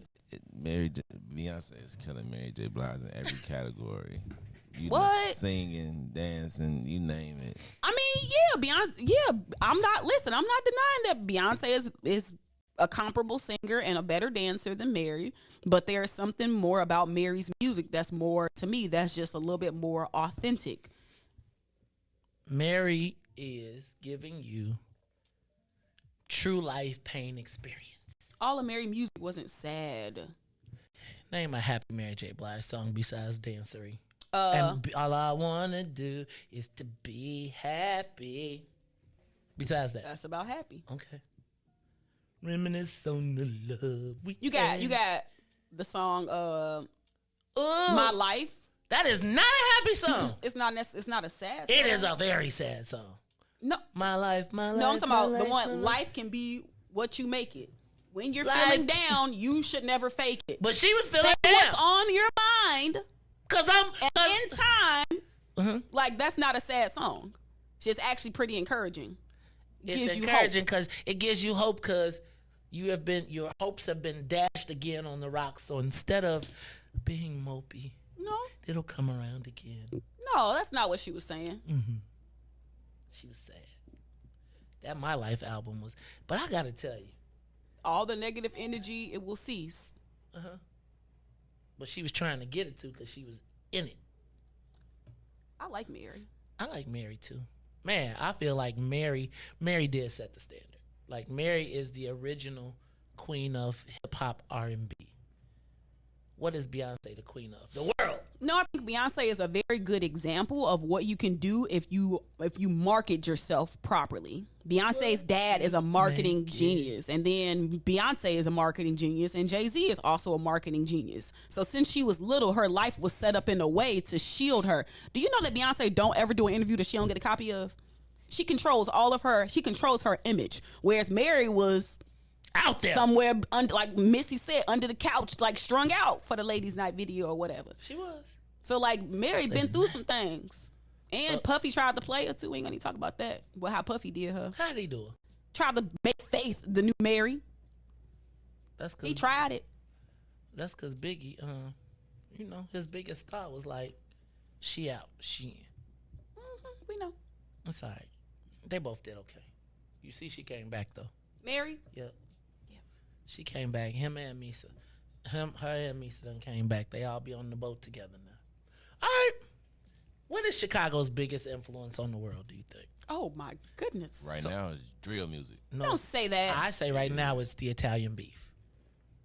I give you the drill music. I think right now on the rise is the Italian beef. Y'all You know gave why? very flowery answers from that show. That show, The Bear. Look, have you watched The Bear, Riis? Okay, so Rahm Emanuel said that The Bear has helped cure his homesickness. I was like, damn, now I want to spit it out. This tough old beef. This old tough beef.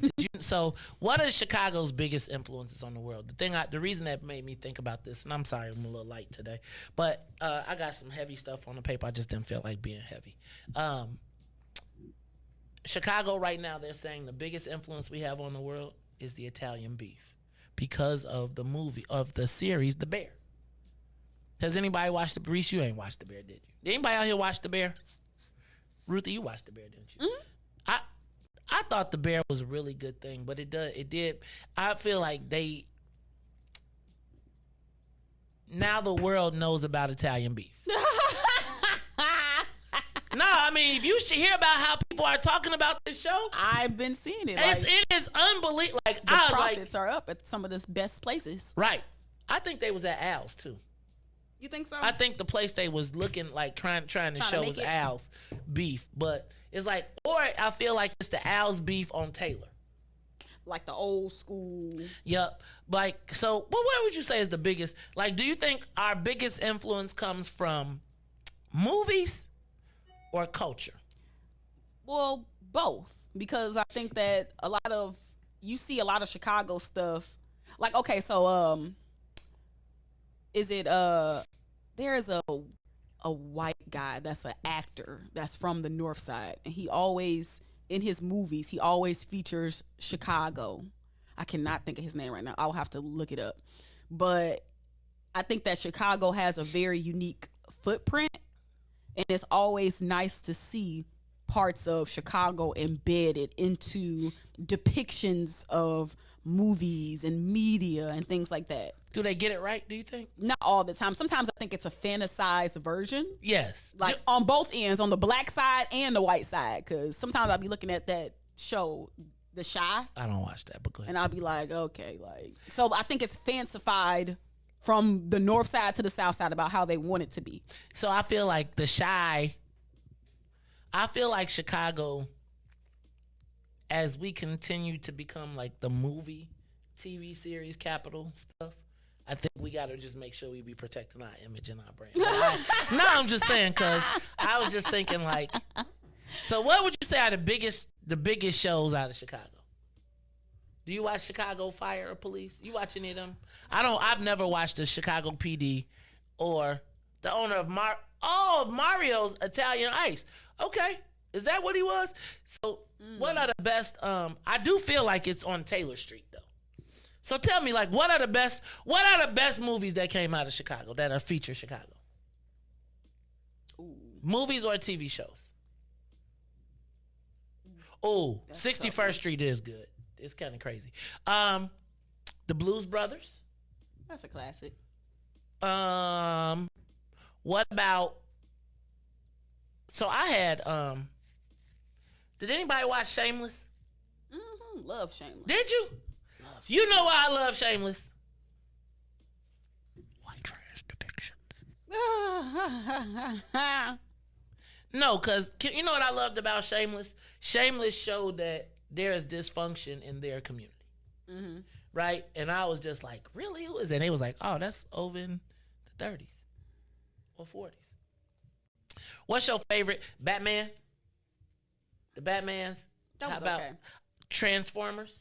Vince Vaughn is the white man I'm talking about. Oh, Vince Vaughn movies always got some type of Chicago in it. But I think it's the way that he wants it to. You know, like it's remember in City So Real how they like juxtapose the white people pushing on baby strollers? Like, yes. That's what I'm trying to say. Like, it's like. Yes. It is. You're 100% right. I don't know how to explain it though. What it is the tale of two cities.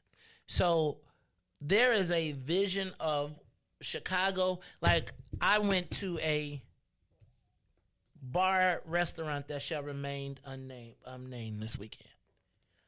And Ruthie, there is truly a white Chicago. Like a Chicago that we just don't get. Like, no, you probably get it. I be in and out. Like, I recognize it. Like, but I'll be like, hold on. I was at a place where people, high profile, white folks were smoking weed, having a great. No way. Ruthie, at a restaurant, had a roof. I was like, do you smell that? I was just in the Fulton Market down yesterday, and I'm telling you, I walked past that man was, and so they be kicking it. Whoa. Riis, I I am telling you that so I feel like we did not recognize that there is, I feel like you have a different advantage of it. I'll give you another person who has I feel like the Black DePaulians that I know, they know that other side because they traveled north, right? And they stayed in Lincoln Park with the white people. Exactly. And whether they lived there or were guests there, I just feel like they have a different perspective. Cause I got a homie that he be whiting it up. He blacked in a mug, but he's straight. I'm like, how you even know about this? And he be like, yeah, I know right. Vince Vaughn to me depicts that version of white Chicago. Like when you walk through Randolph Fulton Market, no BS. You be like, what country is this? Like literally 6-10 blocks from, like when I was telling you about the country music festival, like no shade, you walk in the Randolph Fulton Market and it's like at 2:00 in the afternoon, people are sitting outside like they ain't got no jobs, no work, or they working, they got their dog, their laptop, they they be at the pool working. Sounds like the life. I can bring my dog too. They be bringing their dog. Come on now. I bet you those people are productive. Dog patio. Look, they be like, we're going. Riis, you went to go see go on the movie on the roof. Right? You pull up, you be like, wait a minute. I was over the other, like literally, I was in a restaurant. There were at least 500 people, and somebody was flamed up. They were not vaping. And I'm looking around like, when the police coming?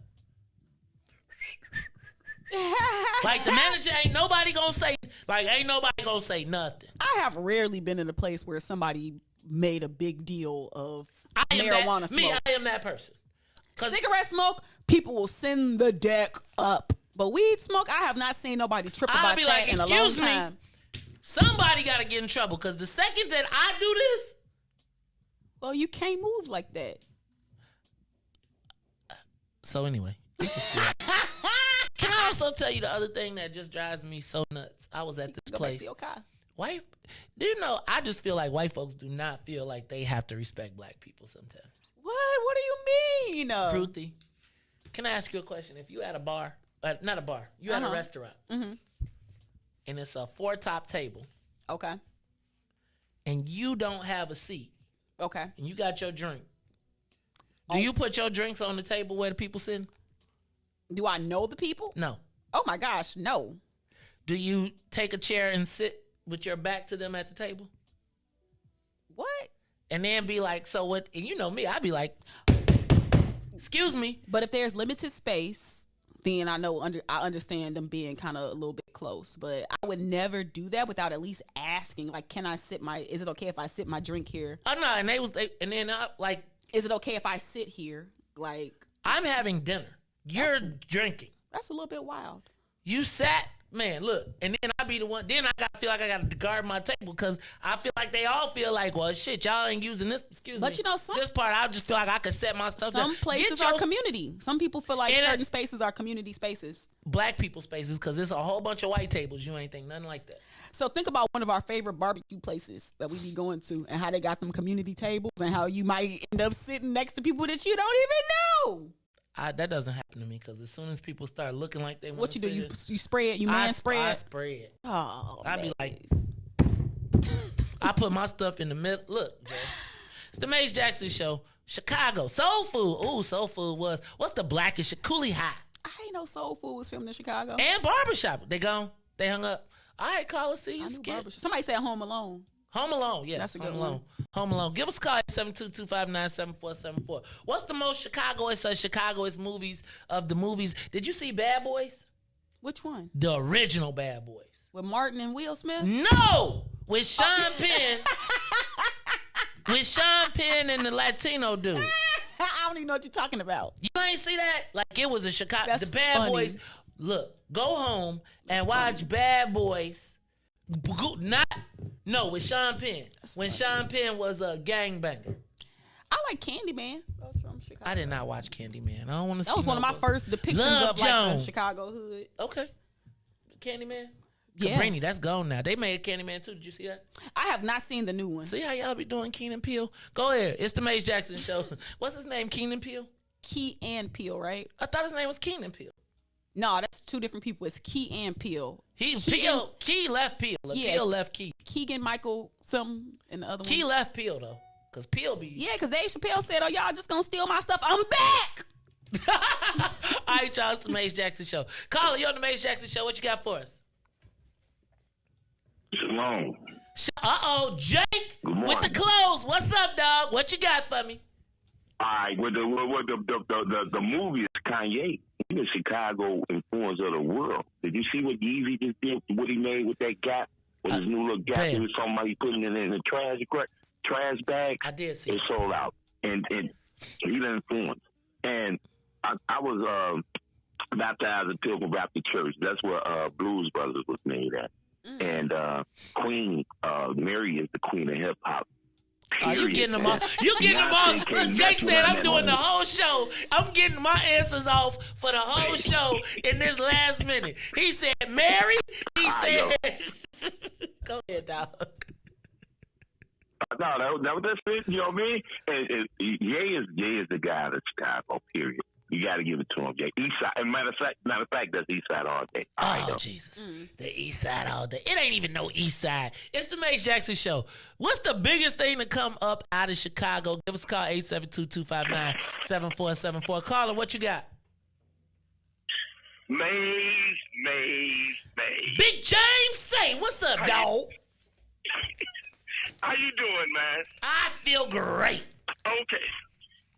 Okay. Hey, Ruthie, how you doing? Hey, Riis. What up? How y'all doing? Real quick. Number one for me, got to be the Blues Brothers. Blues Brothers, just like the previous caller, he said it was filmed at his church. My junior high school was inside of Dixie Square when they was filming when they was driving through Dixie Square. Because at that time, my junior high school had burned down. Ruthie don't know what Dixie Square is. You know what Dixie Square is? Yeah, in Hyde Park, right? See? No, that's Dixie Kitchen. No, Dixie Square Mall. It's the mall they drove the car through. Go ahead. Okay. Jay. Running Scared. You remember you had Running Scared with Gregory Hines and Billy Crystal when they was cops. I forgot about that. That was filmed in Chicago. Yep. Okay, you also Ferris Bueller's Day Off. Can't forget that one. I don't know if anybody had said that one. Like you said, 61st Street. I think that's the most realistic Chicago. They're also filming a Disney show in Markham right now at Markham Rollery called Saturday. They haven't released it yet, but they're actually doing filming right now for that at Markham Skating Rink. One more. I'll give you one more. Chicago PD is about to do an episode out in Riverdale at the ABC Auto, at the ABC Auto Yard. So, those are my picks, man. Ferris Bueller, Blues Brothers, and that's it, bro. All right, I'll take that. That was a good list right there. I appreciate that. I did not know Child's Play was here. I'm looking at all these movies here, and I'm just like, what? I, Robot? I love that movie. I never saw it. Oh, are you serious? You need to watch I, Robot. Is that with Will Smith? Yep, Big Willie. Big Willie. Man, I'm still mad at Will Smith for slapping Chris Rock. So I got to figure that out.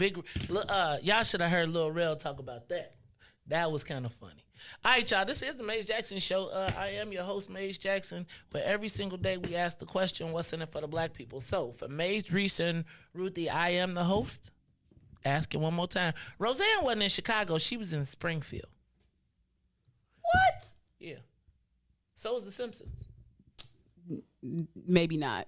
The Simpsons in Springfield. They never reveal where it is. It's in Springfield. We don't know where Springfield they talking about. We know which Springfield we talking about. Why you gotta be a hater, Ruthie? Because I love The Simpsons, and I wanted to be Springfield, Illinois too. Claim it. So just say it. We make it so. You right. Don't give them no space to. You right. But Jebediah Springfield. Okay. Now, you don't even know who that is. See, you ain't no fan. No, I'm not. You ain't know. That's who Springfield named after. That's who founded Springfield. Jebediah Springfield, man. How long does The Simpsons go? Because, I mean, I was going to ask The Simpsons or the Cosbys, but dad, we see how that worked out. Married with Children was in Chicago? Yes. Wow. Suburbs, not Chicago, suburbs. Anyway, y'all, it's Chuck. I did not know Chucky. Look, I got a post. So I want y'all to go to my Maze Jackson page and tell me the Breakfast Club. Man, that was another good one, but that's not shit. See? You not Chicago, Holmes. That's Northlake. I mean, that's Highland Park. Remember, y'all can't be counting the suburbs of Chicago. Then you be talking about, then next thing y'all gonna be like, you not from Chicago, bruh. Anyway. Dreamgirls was in Chicago too? I just saw it on this list. I did not know that. Dreamgirls, the payoff was at WVON on the show. That's crazy. They paid off the show. They paid off to take off. Remember when he was taking off the payola? Remember they was getting rid of her song and they redid it and Jamie Foxx redid her song? That was the WVON dude took the money. Said they took her record and put the other one on. Amount of history. See? Oh, Chess Records, the movie with Beyonce. What's that? I know what you're talking about. I can't think of it. She was Etta James. Good times. All right, y'all gotta go on here, man. It's the Maze Jackson Show. Look, for Maze. Cadillac Records. Yep, that one. Yep. Look at that. For Maze, Riis, and Ruthie. We're gonna go to the Maze Jackson page. We're gonna have the best list of all Weird Science too. All the Chicago movies ever made. Let's put them up, and then we're gonna have a best. I've said Cooley High. Cooley High might be my favorite. What? Did you know Cooley High was what Boys in the Hood was based on? What? Ricky is Cochise. What? Who said that? John Singleton. What? But Mark Harris brought it up to speed. So Trey is Preach. Cochise is Ricky. And then they added Ice Cube for the West Side. But that gave them the gang, the Vice Lords. You in what army? Me in this army. Disciples! You remember that in Cooley High? No. I'm going to have to watch this with my adult eyes. You didn't? Oh, man. It's so crazy. And then, you know what the crazy part about Cooley High is? It's so many of the people from Cabrini Green. Like, what's Stone and Robert? Remember Stone and Robert? Roger Stone? I'm going to fight you. Stone and Robert. Stone work at the Secretary of State office. Yep. You be knowing a lot. Hey, man, because every time I see him, he be like, I was in Cooley High. I be like, what you doing now? Sorry, though. It's the Maze Jackson Show. So for Maze, Riis, and Ruthie, I am the host for every single day we ask the question, what's in it for the black people? And if you don't like it, we ain't having Taco Tuesday tomorrow. I'm sorry. It costs a lot. No, I'm just joking. Now, everybody's going back to school. And so what I don't want to do is put nobody in a jam on the way back to school. So we'll talk about it all tomorrow. This is the Maze Jackson Show. Maze, Riis, Ruthie will be back. And if you don't like it, you can still tell them. Maze said we out of here. Peace. Let's get down to business and go ahead and address the facts, man. Lightfoot seems more lesbian than black. Rahm Emanuel's another case. He was just as tired. 50 closed schools left much to be desired. Police had Anjanette naked on that body cam. They suppressed the footage so it couldn't touch a lot of hands. Reminds me of that 16 shots in that cover up. Both of them similar, so I went and dug it up. George Floyd killed, a lot of riots happening in town. Southside burned and they wouldn't let them bridges down. Grandmother sick, need a prescription and plus a couple groceries.